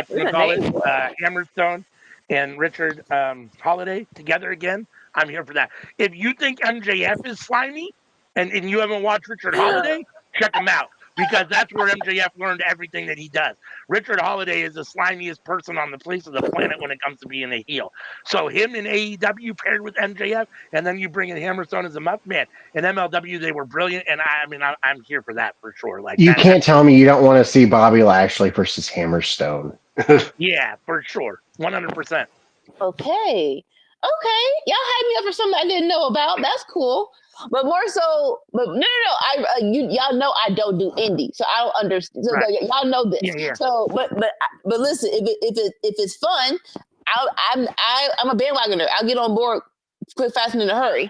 But I was saying more so the Owen Cup, because I do feel like we are getting towards MJF going back to the championship picture, but he's been away from it for so long that it feels like he shouldn't just be granted the match, right? And the Owen Cup is coming up. So I'm like, should we put him in the Owen Cup or not? Like, that would be a nice little definitive way of getting him in there without doing it immediately. I think we already have the finals for the Owen Cup booked up. Which is what? Well, we're going to get to it later in the show. Okay. Alrighty here. Okay, so and after that, notes please. We're getting the rematch of Adam Copeland versus John Moxley, but it is a street fight. Now, side note, the weather had been jacked up as of late. Moxley drove 11 hours to get to this freaking arena. And so I say that to say this. So the match starts with John Moxley in his sweats, going into the entrance. I asked the question, like, did he just arrive? I'm pretty sure he probably had a good time. But that'd be crazy if he got out of the car and he just arrived for the match, and now he's going to the arena to fight Adam Copeland. That's where my mind went. That would have been crazy. But so like I said, John Moxley is in the snow. He's going to the entrance ramp, but Adam Copeland jumps him from behind. We get a little bit of a brawl through the not through the arena, but backstage of the arena. This kind of brought up some vibes of WrestleMania pandemic between Randy and Edge. and that was not a good match. So it's like, all right, it's like, oh gosh, Wait. Oh, you're talking about the WrestleMania one, not the Backlash one. Not Backlash, WrestleMania, where they're in the back for 28 minutes, and it's just oh, I'm tired. I'm a rush here for 5 minutes. I'm tired. I'm rush here for 10 minutes. We're in a gym. We're in a gym.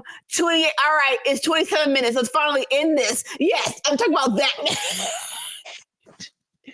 But yeah, but thankfully that did not last as long as this. It only was backstage for a little bit. Edge had the upper hand. Adam Copeland has the upper hand. He drags Moxley through the arena, through the fans, for finally out here into the ring, and let's get this party started. It is a street fight, and for a TV street fight, it did everything it was supposed to do. Of course, we have the weapons, and I'm going straight to the best part. Copeland brings out Spike, and Spike is a 2x4 with a bunch of nails in it. Right now, unless you're not, and you should have been at one point in time, TNA was a thing, and Abyss was a bigger thing, and it wasn't Spike. Her name was Janice. Now, throughout all of TNA, Janice has just been a threatening tool. No one's ever took a big bump from her. Maybe a hit to the stomach. I don't even think really to the back, but basically, Abyss was controlling the swing of Janice. So, Moxley has not bled in a minute. I'm not sure who told Moxley not to bleed, because it feels like some people, they're it's crazy enough to say, some people, how they like to wrestle. Moxley is an upgraded GCW wrestler. He loves the violence, right? It's been a minute since he's done that. And I'm not sure if someone told him to do it anymore or take a break from it, but it's like, no, do what you love to do. And Crazy Mox said, let me take a suplex onto Spike. Oh my, that hurt. Oh, it literally was like, oh crap, you actually let this crazy psycho do this. And you see Moxley, he does this, he gets up, and that thing is in his back. Like, no one, it's just stuck there. Yuna comes in and gives up a psycho knee to Copeland. He tries to take it out, and this is when I started figuring out, like, stop! I'm like, Yuna, you are not a doctor. Why are you trying to take it out of his back and it's not coming out? Please stop touching the freaking 2x4. So thankfully, I think he heard me. He looks at the ref and say, "Hey, you handle this. I'll just distract." And he did distract by trying to go against Copeland, but Copeland caught him and put him through a power bomb. The freaking table exploded like it's supposed to do in GCW into a million billion pieces. The freaking ref finally takes the spike out of John Moxley's back. But here comes the Death Riders. So listen, I appreciate this because unlike other run-ins, right, where it makes no sense. No. Remember that Copeland took all these people out with a concerto. So yes, we're getting our look back against Copeland. Now, while Moxley is still trying to freaking wrap his brain around, you actually took a spot with a 2x4 with spikes. Claudio and Pac are going to town against Adam Copeland. Multiple uppercuts, multiple sorry, brain fart. Multiple I want to say tag team. No, dual attacks on Copeland. Sorry, they go for it. They're going to go to concerto him, but here comes FTR for the save. Oh yeah, remember y'all was supposed to be buddies with Copeland. Not sure what happened to y'all during this feud, but whatever. They chase Claudio and Pac and Yuta out of the ring. So, but now again, looks like the only details. But then Copeland does a spear onto Moxley through a table in the corner. It's like, sir, watch the back. Can you please watch the back? 1, 2, no. Here comes Marina Shafir to break up the pin. But Willow to the save. And I'm getting some Willow outfits. I'm getting some Willow out. Like I don't dress up because I don't know how to put some stuff together. I'm getting this outfit in this cute little crop top with a cute skirt and a cute sweater. Beats up Marina Shafir. Like imagine that. This cute girl with a crop top sweater and skirt comes in and beats the crap out of you and beats the crap out of you. That's the best visual ever. So Moxley does a cutter. Yeah, there's a cutter onto Copeland. 1, 2, Copeland kicks out. But no. It ain't over yet. Moxley does a bulldog choke. 1, 2, 3. Moxley retains his title. All right, we're not gonna do it. We're gonna end later. What do y'all think about the match? I enjoyed it personally. I will say that it was a little bloody and gruesome than I would expect for a TV match. Yeah. I will also say I really enjoy Marina Strong being manager. Like Yes. kudos to Moxley for thinking that up because like you wouldn't like usually with female managers they're running away and distracting and she's like nah I'm gonna put him in a headlock. Yeah, no, I Shout out appreciate Marina Strong. Like I've enjoyed her more in the last year than I have the rest of her career. Sadly enough, I think we all can agree to that. Wise man, any thoughts? I hated it all. I thought it was terrible. I thought the match itself, I guess the interaction between Moxley and Copeland was ultimately a little bit better than the pay-per-view, but the whole way it played out, I thought was terrible. Moxley this Moxley for me has run its course. It's stale. I'm bored. I'm tired of the interference of the Death Riders. I'm tired of 18 people in every single John Moxley title match. I'm tired of the Bulldog choke. I thought the spot with Spike was pretty cool. I mean, it was kind of cool to see them try to yank it out of his back and it doesn't come out. All the things I thought that were cool about Moxley a couple years ago when I think he was the best wrestler on the planet have just gotten stale and old for me. It feels like he hasn't really evolved or changed, and maybe that's them telling him to just be the same thing he is. Maybe this is all he is. I don't know. But for me, this didn't work. I thought it was dumb, and the fact that the main event is being defended in the middle of the card, I'm sorry, that world championship is being defended in the middle of the card, and that your main event is Megan Bade versus Chris Statlander, just tells me what I think Tony thinks about it at the moment too, because it's not even getting your main event billing. So I don't know. I have thoughts about it being in the middle, but keep talking. I'm almost done. I was just saying, I don't really have a whole lot more to say. I mean, certain people look good. I like Marina Shafir.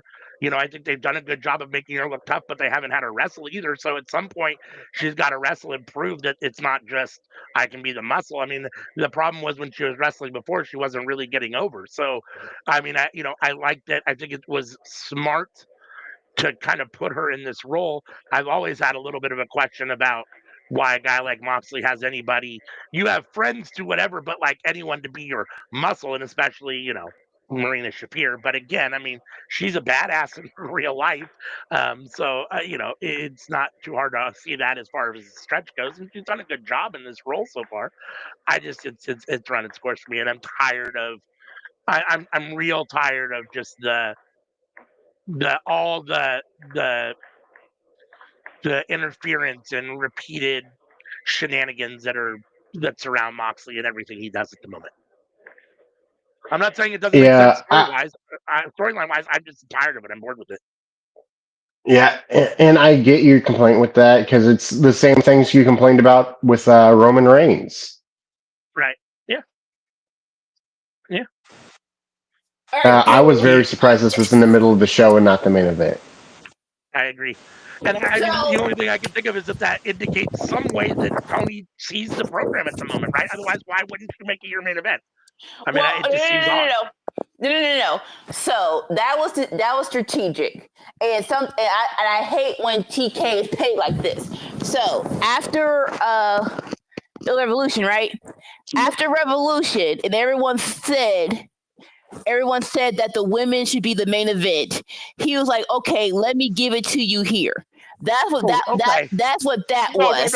No. So here's what you're really saying is that he was irritated with some criticism. So he said, "Fuck you guys. I'm going to give you a shitty women's match in the main event and see how you like that." Complain about that. Nothing wrong with Megan Bain. I mean, Megan Bain and Chris Statlander was fine for what it was. It had no business being the main event, and that's a big fuck you from Tony Khan. So we're just supposed to be like, okay, I'll just take that big fuck you. No, I'm good with that. Fuck you. Dude. All right. Well, we are on completely different mindsets because I thought that the main event that they had was really good. Listen, can you also hear me? Yeah. Yeah, I can hear you. I can hear you. No. I thought that was frozen. Oh, now we lost her.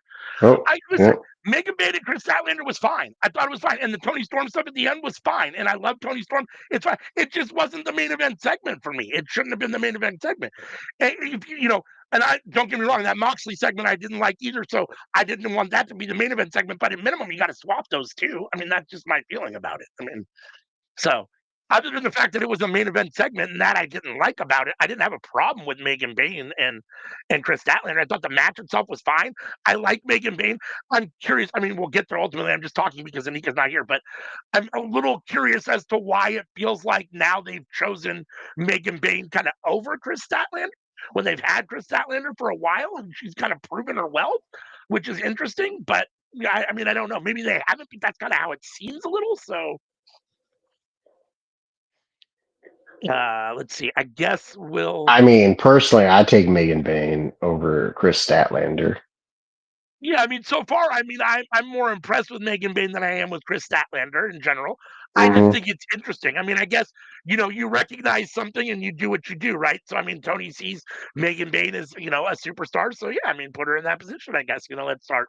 Whatever. If you see her and Stat kind of as similar in stature, character, style, but Megan Bain is better, then I mean, you do what you do. That's why you sign her, right? So it's just interesting that it's one of those times again where nothing against Chris Statlander, you just wonder why someone else is potentially getting over more. That would be the only. Hold on, it looks like Anika is back. All right. See, trying to troll me while I'm trying to make a point. But yeah, no, I did not. I don't say yay or nay to it being in the middle, and we're getting. We'll say a subpar women's main event. But yeah, but no, that was definitely why TK did it. That was definitely why TK did it, and I can't stand when TK does that because it brings me back to basically Mercedes Martinez versus Deonna Purrazzo, and that made event really. And that was the main event, but you didn't hype it up enough. And it's like, don't do that to the girls. Don't do that to the girls. I feel like it was also him addressing the other criticism he gets, and that's only having one women's match on the card. It was like, all right, well, here's two, and I'll make it the main event. So instead of me just thinking that he's, sometimes doesn't totally pay attention, isn't whatever, maybe just is, overwhelmed by booking. No, we know he's just a petty prick. Well, you could also view it as he listens to the fans and he tries to give the fans what he wants, and it's not about him being petty. Okay, no. What the fans want is a women's main event at a pay-per-view when it's appropriate, not when you feel like doing it. I mean, you can't. Okay, so let me ask you this realistically. So you're Tony Khan and you're not giving the women enough time. And you honestly sit down and you look at everything and you think from an altruistic perspective, I want to give the fans what they want. You come up with Megan Bain and Chris Statlander in the main event of a Dynamite? That's the best women's match you can give them when you're trying to give them what you really want to give them. I mean, you give them when you're like, fuck you guys. You wanted a main event, you wanted another women's match. Well, here you go. You get what you asked for. That's how it feels to me. Personally, I would have gone with Mercedes and Billy Stark. Personally. I mean, if you're going to put a women's match in the main event, I mean, that your TBS championship, yes, and I would add another caveat to it. I would let Athena come if that's going to be your main event. Yes. Let Athena come out after the match if we're going to do that. But Like let Mercedes cut the promo after the match about, if she was my student, blah blah blah. And then after saying all that, then Athena comes out and it's like, what'd you say? dang it, actually is a really good idea. But for me, I like the match. I generally think that Adam Copeland was a misstep in this Death Riders thing. I think it was definitely. I think he should have went from OC to Jay White and now Swerve. That is just me. I don't. I call me a Moxley stan if you want to, but I truly believe this Adam Copeland detour. I ain't gonna say screwed it up, but basically almost derailed this thing. That's just my opinion. Mm-hmm. So I am very glad that we're getting Swerve versus Moxley. I don't know if they're going to give up on this whole thing fully or not. If not, I'm still excited for Moxley versus Jay White. I still want that. I still want that match, and I actually am here for Ospreay versus Moxley. I get that sometimes you should jump ship, but I don't think you should jump ship just yet. Just give me those two matches and I'm fine. Heck, just give me Moxley versus Jay White and I'm fine. That's just my opinion. We need that Sami Zayn moment, the thing that revitalizes the reign. I've seen people compare. I've seen people compare this to the Bloodline. I don't want to compare it to the Bloodline. Like I know that's the easiest thing to do, but I don't. But no, I think it's its own entity. And another reason why I went off the rails is because it's like the Bloodline was Roman looking out for his family, trying to build a legacy. I feel like the Death Riders was supposed to be, let's make AEW better by cutting out the weak. And like I said, you went to Adam Copeland and you completely went off that path of what the Death Riders are supposed to be, which is that. And it's like, oh, I'm just now John Moxley just this crazy person who will hold on to the title, and that I don't think that's what John Moxley was supposed to be. I think he was supposed to be, I'm going to beat the weakness out of AEW, and I'm not sure if we can get that back. Hopefully, we can because that story doesn't suck. No, That story doesn't suck. I hope we can get back to that. it's just when we think of Adam Copeland, we don't think old and weak. We think past his prime, not old and weak. Shouldn't be in the main event. That's my note. Shouldn't have been in the Well, freaking I mean, given that storyline, it's going to be a lot of people not main events that he would be facing because it's people who are considered weak. And again, I guess you pick the right people, it'll be fine. Okay. It feels to me like Tony Khan went to Adam Copeland and said, "Listen, I know you had these issues, blah blah blah. If you come here, I'll make you champion." And Adam said, "Sure, or I'll make you at least the main eventer. I'll make you a big deal. I'll give you the spot that WWE won't give you anymore. You know what I mean?" And Adam, of course, Anymore. said, Yeah. "Sure, why not? Sure, why not?" And Tony has done this. This has been one of my criticisms of Tony over his time in AEW, over owning AEW, the time of AEW. Just that there are moments where he gets nostalgic for the guys that he likes, no matter where they're at in their life or what's going on, or whether it's good for the business or not. Which is fine. It's his business. It's his company. Do whatever you want. You're the kid playing with the toys. Play with all the toys you want. For me, sometimes it just doesn't click. And Adam Copeland and AEW hasn't clicked for me. If you want to put him with Edge and do an Edge and Christian run, or you want to put him with Christian, do some sort of Edge and Christian run again when you can get Christian off the patriarchy. Although that's so gold, I don't know why you would do that. But if that I might be here for, depending on what that looks like. But yeah, I mean, Edge is run. I mean, the Adam Copeland is run.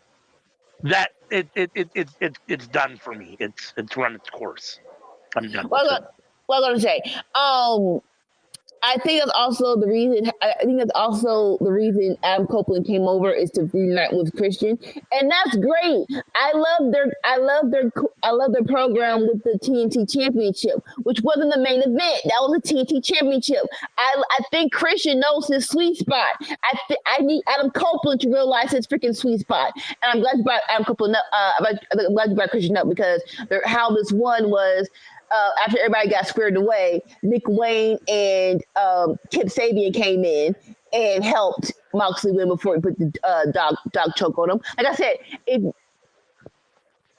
you like I said, I do believe that Christian and Copeland want to come back together before they both retire. It's crazy enough. I do want Christian for another 5 years. So it's like. Can Christian so let's do the tag team and Copeland retires, but Christian still wrestle. Cause I still think Christian still has enough. Christian is still entertaining, and I still want to see what he does. I don't want him to turn babyface. If we do this, I want Adam Cope. I want so many weird names. If we do this, I want Christian to still be a prick, and Adam Copeland to apologize for him. Like let him go. Everyone he called out about their dead dad. Adam Copeland is trying to push Christian to say I'm sorry. And he's like, no, I'm sorry. Your dad is actually dead. And I feel like that would be hilarious if you put them back together.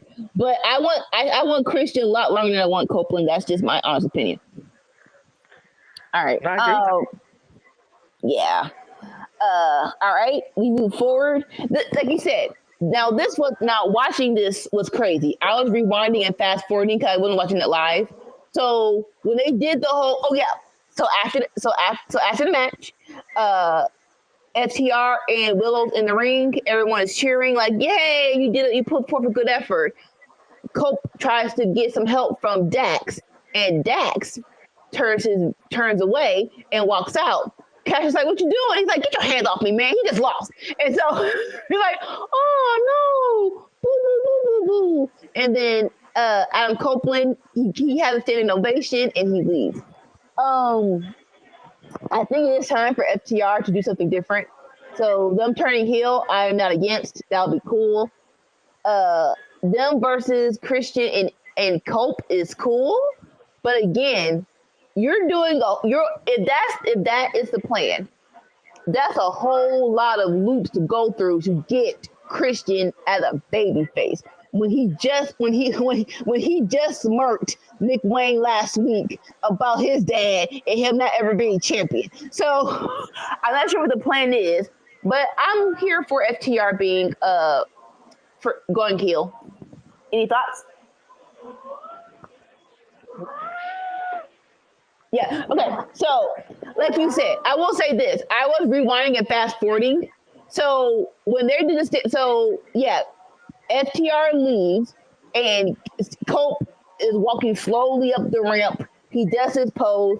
I did think it was over, so I'm like, "Oh, that's a good pay-per-view." So I'm like, "Wait, hold up." It's still going? Like, that was kind of insane. The last 30 minutes of why are we still going? Next up, we had a backstage thing with Bandito talking about how Jericho tore his mask off in front of his family, in front of his mother. You did in front of his mama, sir. So he wants payback. He's calling Jericho out to the ring next week. We'll see how that goes. Someone said, "Why are we doing all this if Bandito's not winning the ROH championship back?" Hopefully that is the end goal of this feud. Any thoughts? It's the Jericho doesn't need to be ROH champion anymore. Yeah, it's like, if we're continuing with Bandito and Jericho, that should be a thing where Bandito beats Jericho for the ROH championship. Do it sooner than later. Here's my comment. The show's over. I'm burnt out. Not on this show. On this episode of Dynamite. It ended after the Moxley match, and it still kept going. And by this point, I was like, all right, I'm done. Like, I've expended my emotional energy. I got irritated. I got frustrated. Now there's still more thing to have. So that's my comment as of now. The standing ovation really threw me off. I'm like, okay, you're doing a whole lot of walking slow and clapping. Why are we still? It's like, why would you do that if we still got a show to do? That really was that really threw me off. Which really pisses me off because I absolutely love the next match. Both guys in the next match are insanely amazing, and I was very down and like I'm done with this show by the time this match came on. So I was very disappointed in that. Yeah, so This match, the next match, deserved more. we get Ospreay versus AR Fox, and like you said, enough said. AR Fox and Ospreay are great. I'm glad that AR Fox got this spot. Like you said, a decent 10 minutes, great action. I love the counters of the cutters from both of y'all. Like, oh, look at y'all looking at Mustafa Ali. Now everybody knows how to counter the cutter now. But I love how they both did it. Ospreay wins, of course. After the match, he daps up AR Fox and he looks towards the sign. And basically, it's confirmed that Ospreay's going to be in the Owen Cup, right? I believe he looks in the All In sign. It's going to be in the Owen Cup. Great. Can we please stop punishing AR Fox? It has been 2 years since he told y'all he couldn't go to Wembley. More people have committed more and got sentenced to less. It is time to AR Fox to get a freaking decent push. Put him in a Hurt Syndicate, put him in a program. I don't care, but AR Fox needs to be pushed now. His punishment should be over, please. Any thoughts? You right. I want more for AR Fox. And then side note, Ospreay says AR Fox tweeted he's amazing. So hopefully that helps. Hopefully. All right. And then we get a Hangman promo backstage.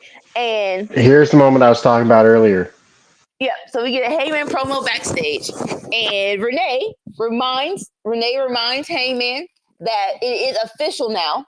It will be Moxley versus Swerve at Dynasty. What are your thoughts on the matter? And if nothing, Heyman he ain't no backstepper and he ain't no forgetter. He's like, look, I remember what I said. It was last year. I said that I will make sure that Swerve will never be AEW World Heavyweight Champion. Again. He's like, I don't take those words back, but as of right now, I need to focus more on myself and what I want to do. So I'm going to enter the Owens Cup. And I'm going to work my way to becoming AEW next World Heavyweight Championship. So as of right now, we have Ospreay. But how did he close that out? I don't remember, so you tell me. Bruv. He said bruv? He said bruv. Interesting. Okay, so you think it's going to be Hangman versus Ospreay as the final? Or it could be Strickland. In my brain, I actually love Hangman versus MJF. That's why I brought up MJF, because I thought that's what we were going to get. I thought we were going to get, like, if MJF enters the Owen Cup, that might be the finals. Heyman. Well, that's the thing, is that we don't even know if he's going to be in it. Right. But we know those three are, and be hard pressed not picking two of those three for the finals. Right. And so, with that being said, yeah, we won't pull hairs, but both of those sound real tasty. I wouldn't be opposed of either MJF versus Hangman or Hangman versus Ospreay. I wouldn't be opposed to either one of those as the finale. My computer just shut down. He's sitting here all of a sudden just shut down for no reason. So my tablet did that. I'm not sure why they freaking, what you call it? What's the word? Becoming trolls, trying to be petty with us. But yeah, we're just talking about the Hangman promo and how he entered himself into the Owen Cup. He ended it with the word bro. What do you think about him? What do you think about this segment? Yeah, and I don't necessarily care for his recent look per se, but I like the character. I think, Hangman, when they say that Hangman is the story of AEW, I can see that. I mean, he's not necessarily my biggest I'm not, the guy that I like the most, but at the same time, I don't have any active issue with them. I mean, I like him, and this is a good promo. Look, side note, I think the haircut, somebody made a mistake. I think you went to the barber and someone cut it too short and you can't grow it out. So it is what it is. I truly believe that haircut is not on purpose. That is just me. Like, sir, that's just me. I think it was by mistake. But me and Sam were talking. What do you like more as the finals to the Owen Cup? Hangman versus Ospreay or Hangman versus MJF? Ooh, man, that's tasty. Both of them are actually fairly tasty. Yeah. Or Hangman versus Strickland, or Osprey versus Strickland. Ospreay versus Strickland. Hangman versus Strickland. They have great chemistry. They work well, but I've seen it. Right, we've been there, kind of done that. I don't know that I want to necessarily or need to see that again yet. We can run that back in a couple years, maybe, or whatever down the road. Ospreay, here's my thing. Ospreay's so good that whatever match he goes into, I feel like he's going to win, and so I have a hard time picturing him losing ever. So, or how they're going to do that when he does lose. So, with him being in the main event, he would end up winning the Owen Cup then, which is fine. I don't have a problem with that at all. MJF is a little bit less like that for me. So his matches are a little bit less, I feel like, predictable. Although Ospreay does lose, I still feel like it's harder to justify a loss for Ospreay than it is for MJF. So, like, I just feel like there's a little bit more intrigue with MJF potentially in the finals, but either match would be tasty for sure. Yeah. Like right now, recency bias is on me right now. So I'm more towards MJF versus Hangman because their rivalry for Revolution was really that good. But I'm like, not gonna say continue it, but take a break with your own cup, and then when we circle back with the finals, I'm here for that. That's just me. All right, and now we're actually to the main event. Where I am in the same boat with you. Where it's like, why the freak would you put a street fight for a world title in the middle, and then have Adam Copeland do that long behind walk up the ramp, and it's like, oh wait, we still got we got stuff to go. What are we doing? Anyway, it is versus Stephanie versus Megan Bain. Winner, they didn't say winner is a more contender, but it was more implied. Where it's like they should go up against Toni Storm. But for me, I watched stuff twice, and so I watched it the next morning, and I was more, like I said, I was more into it than watching it live. And this was basically a female house fight, and I loved every little minute of it. It's been a minute since Statlander actually has someone to match strength with her. So I actually love that Megan Bain was that chick for her. And we were going bout for bout, like shoulder tackle, freaking suplexes all over the place. But Megan Bain, she has a name for it, but I don't know right now. She hits the F5. 1, 2, 3. Megan Bain for the win. But no. So beforehand, she shoves Statlander into Toni Storm, who's on commentary, and of course, like, please watch this match again because Toni Storm on commentary is worth the price of admission. It's like surprise. Timeless Toni Storm on commentary was excellent. Like I said, she actually tossed Statlander into Toni Storm, hit the F5, 1, 2, 3. But while this is happening, Toni Storm tapes up her wrist. While she's still in her gown, she picks up the hem, goes into the ring. Oh, it's not even tempting. She actually just walks right up to Megan Bain and just starts throwing four. So the freaking fight happens. The people come in to break it up. Tony Storm does a clothesline to Megan Bane. Megan Bane still's on her freaking feet. I'm like, okay, that's how you know self stuff. Not you with the weird thing with Thunder Rosa in the chair. That's how you become. That's what makes you a credible threat, and you look dangerous. So Tony Storm's in the ring. She gets the mic and she says, "Wow, you're a big bitch." I'm like, who starts off the freaking promo like that? It made me think of Rob Schneider. I don't know if you've seen those movies with him and Adam Sandler and all that stuff, but Yeah. Grown ups. uh, in the courtroom, like, damn, that's a huge bitch. Just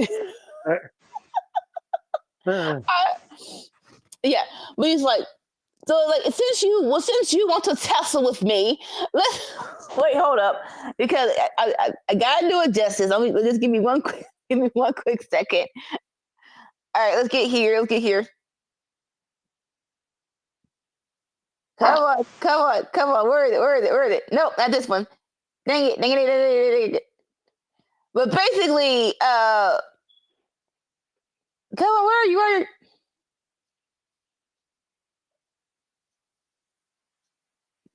Almost here.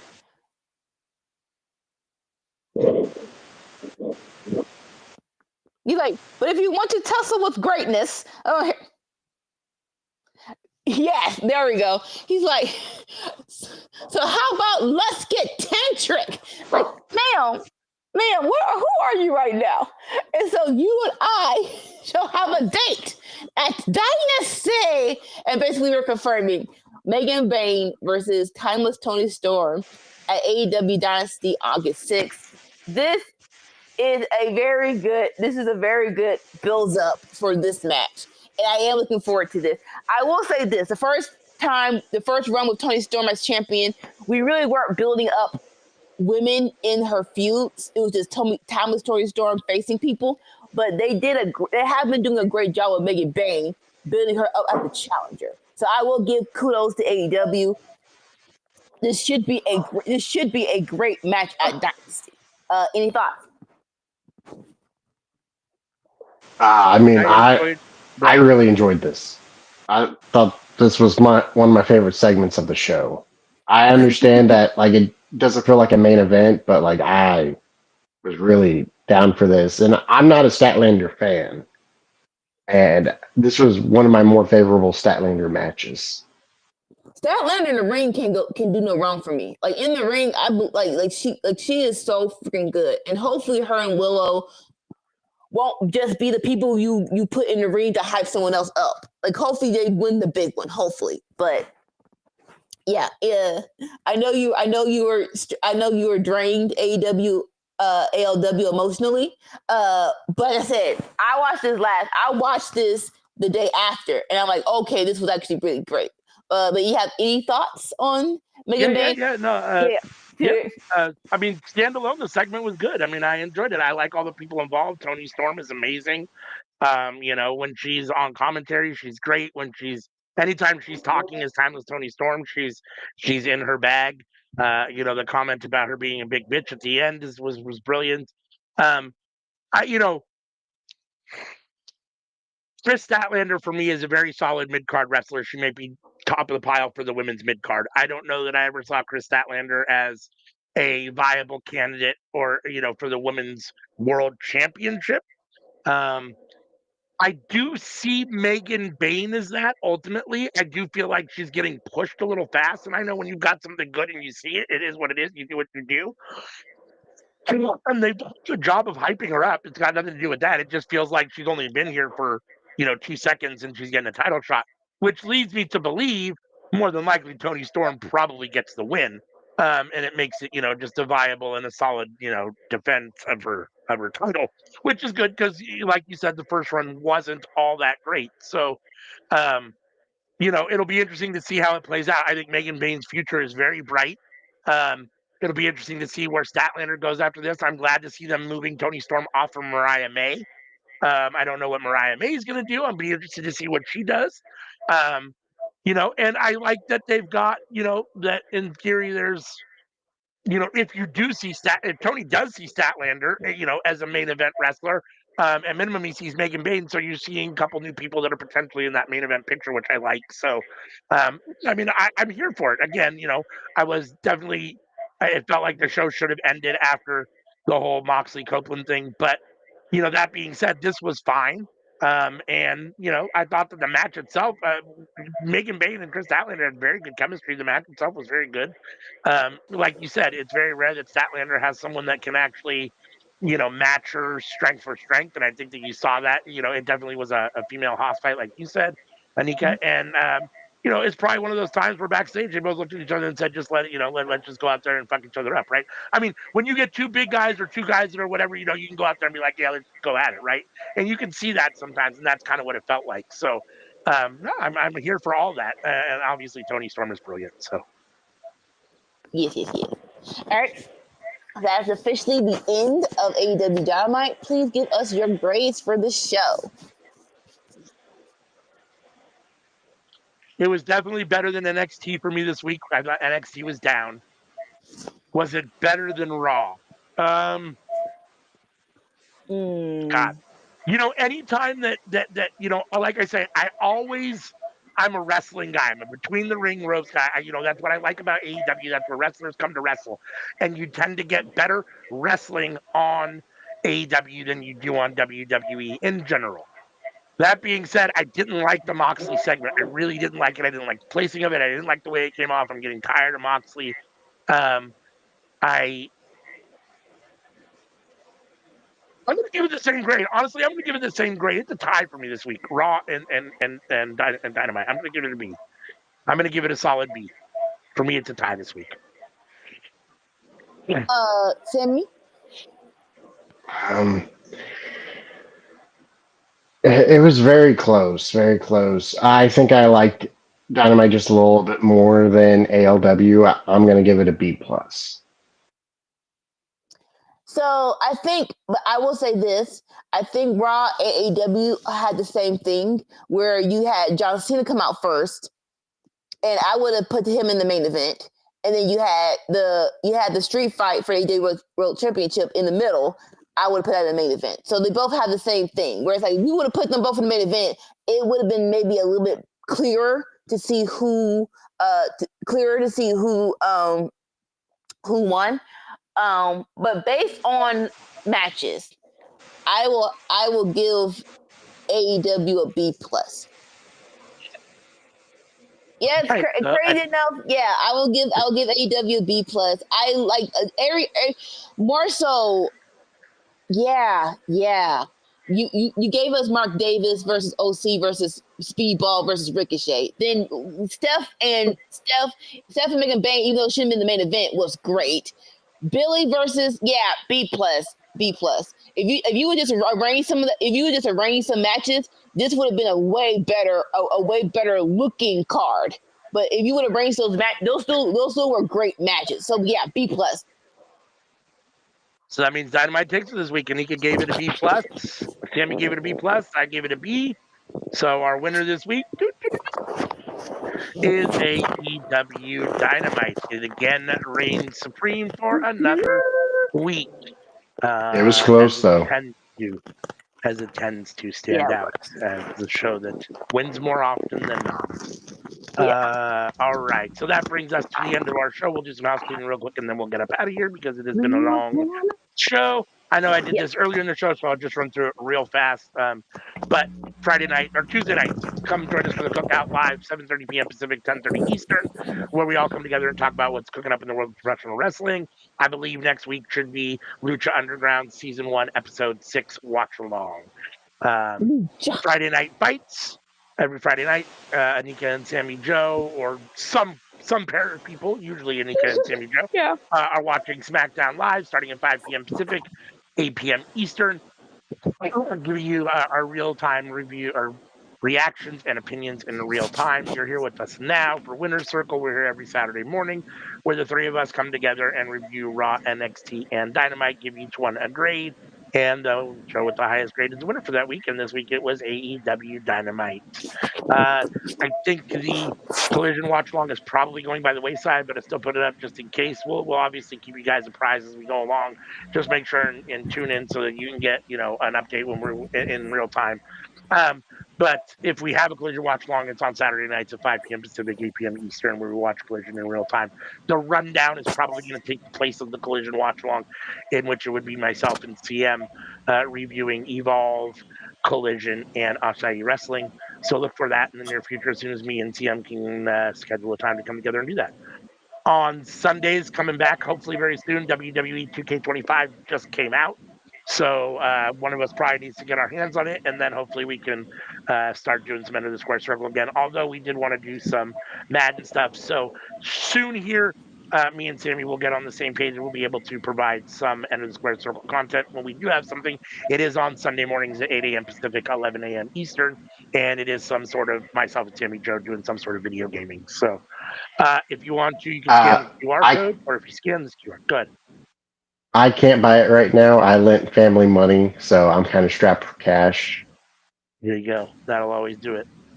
So if you want to scan that QR code will take you to Linktree, where from Linktree you can get to all of our social media from one easy location. As you can see, we're everywhere that is on the screen there. X, Instagram, Blue Sky, Twitch, although we don't do a whole lot on X anymore.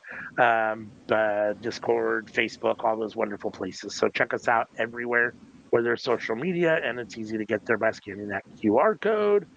And last but not least, if you want to listen to the Cookout podcast, you can listen to the audio version of the Cookout podcast on these great podcast platforms, the ones that are up on your screen.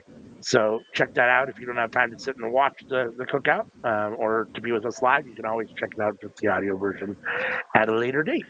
So let's see. Without any further ado, we will cut out the lights. Unless anyone else has anything else to say, we'll say peace and get out of here. Peace. Peace. Bye. Peace.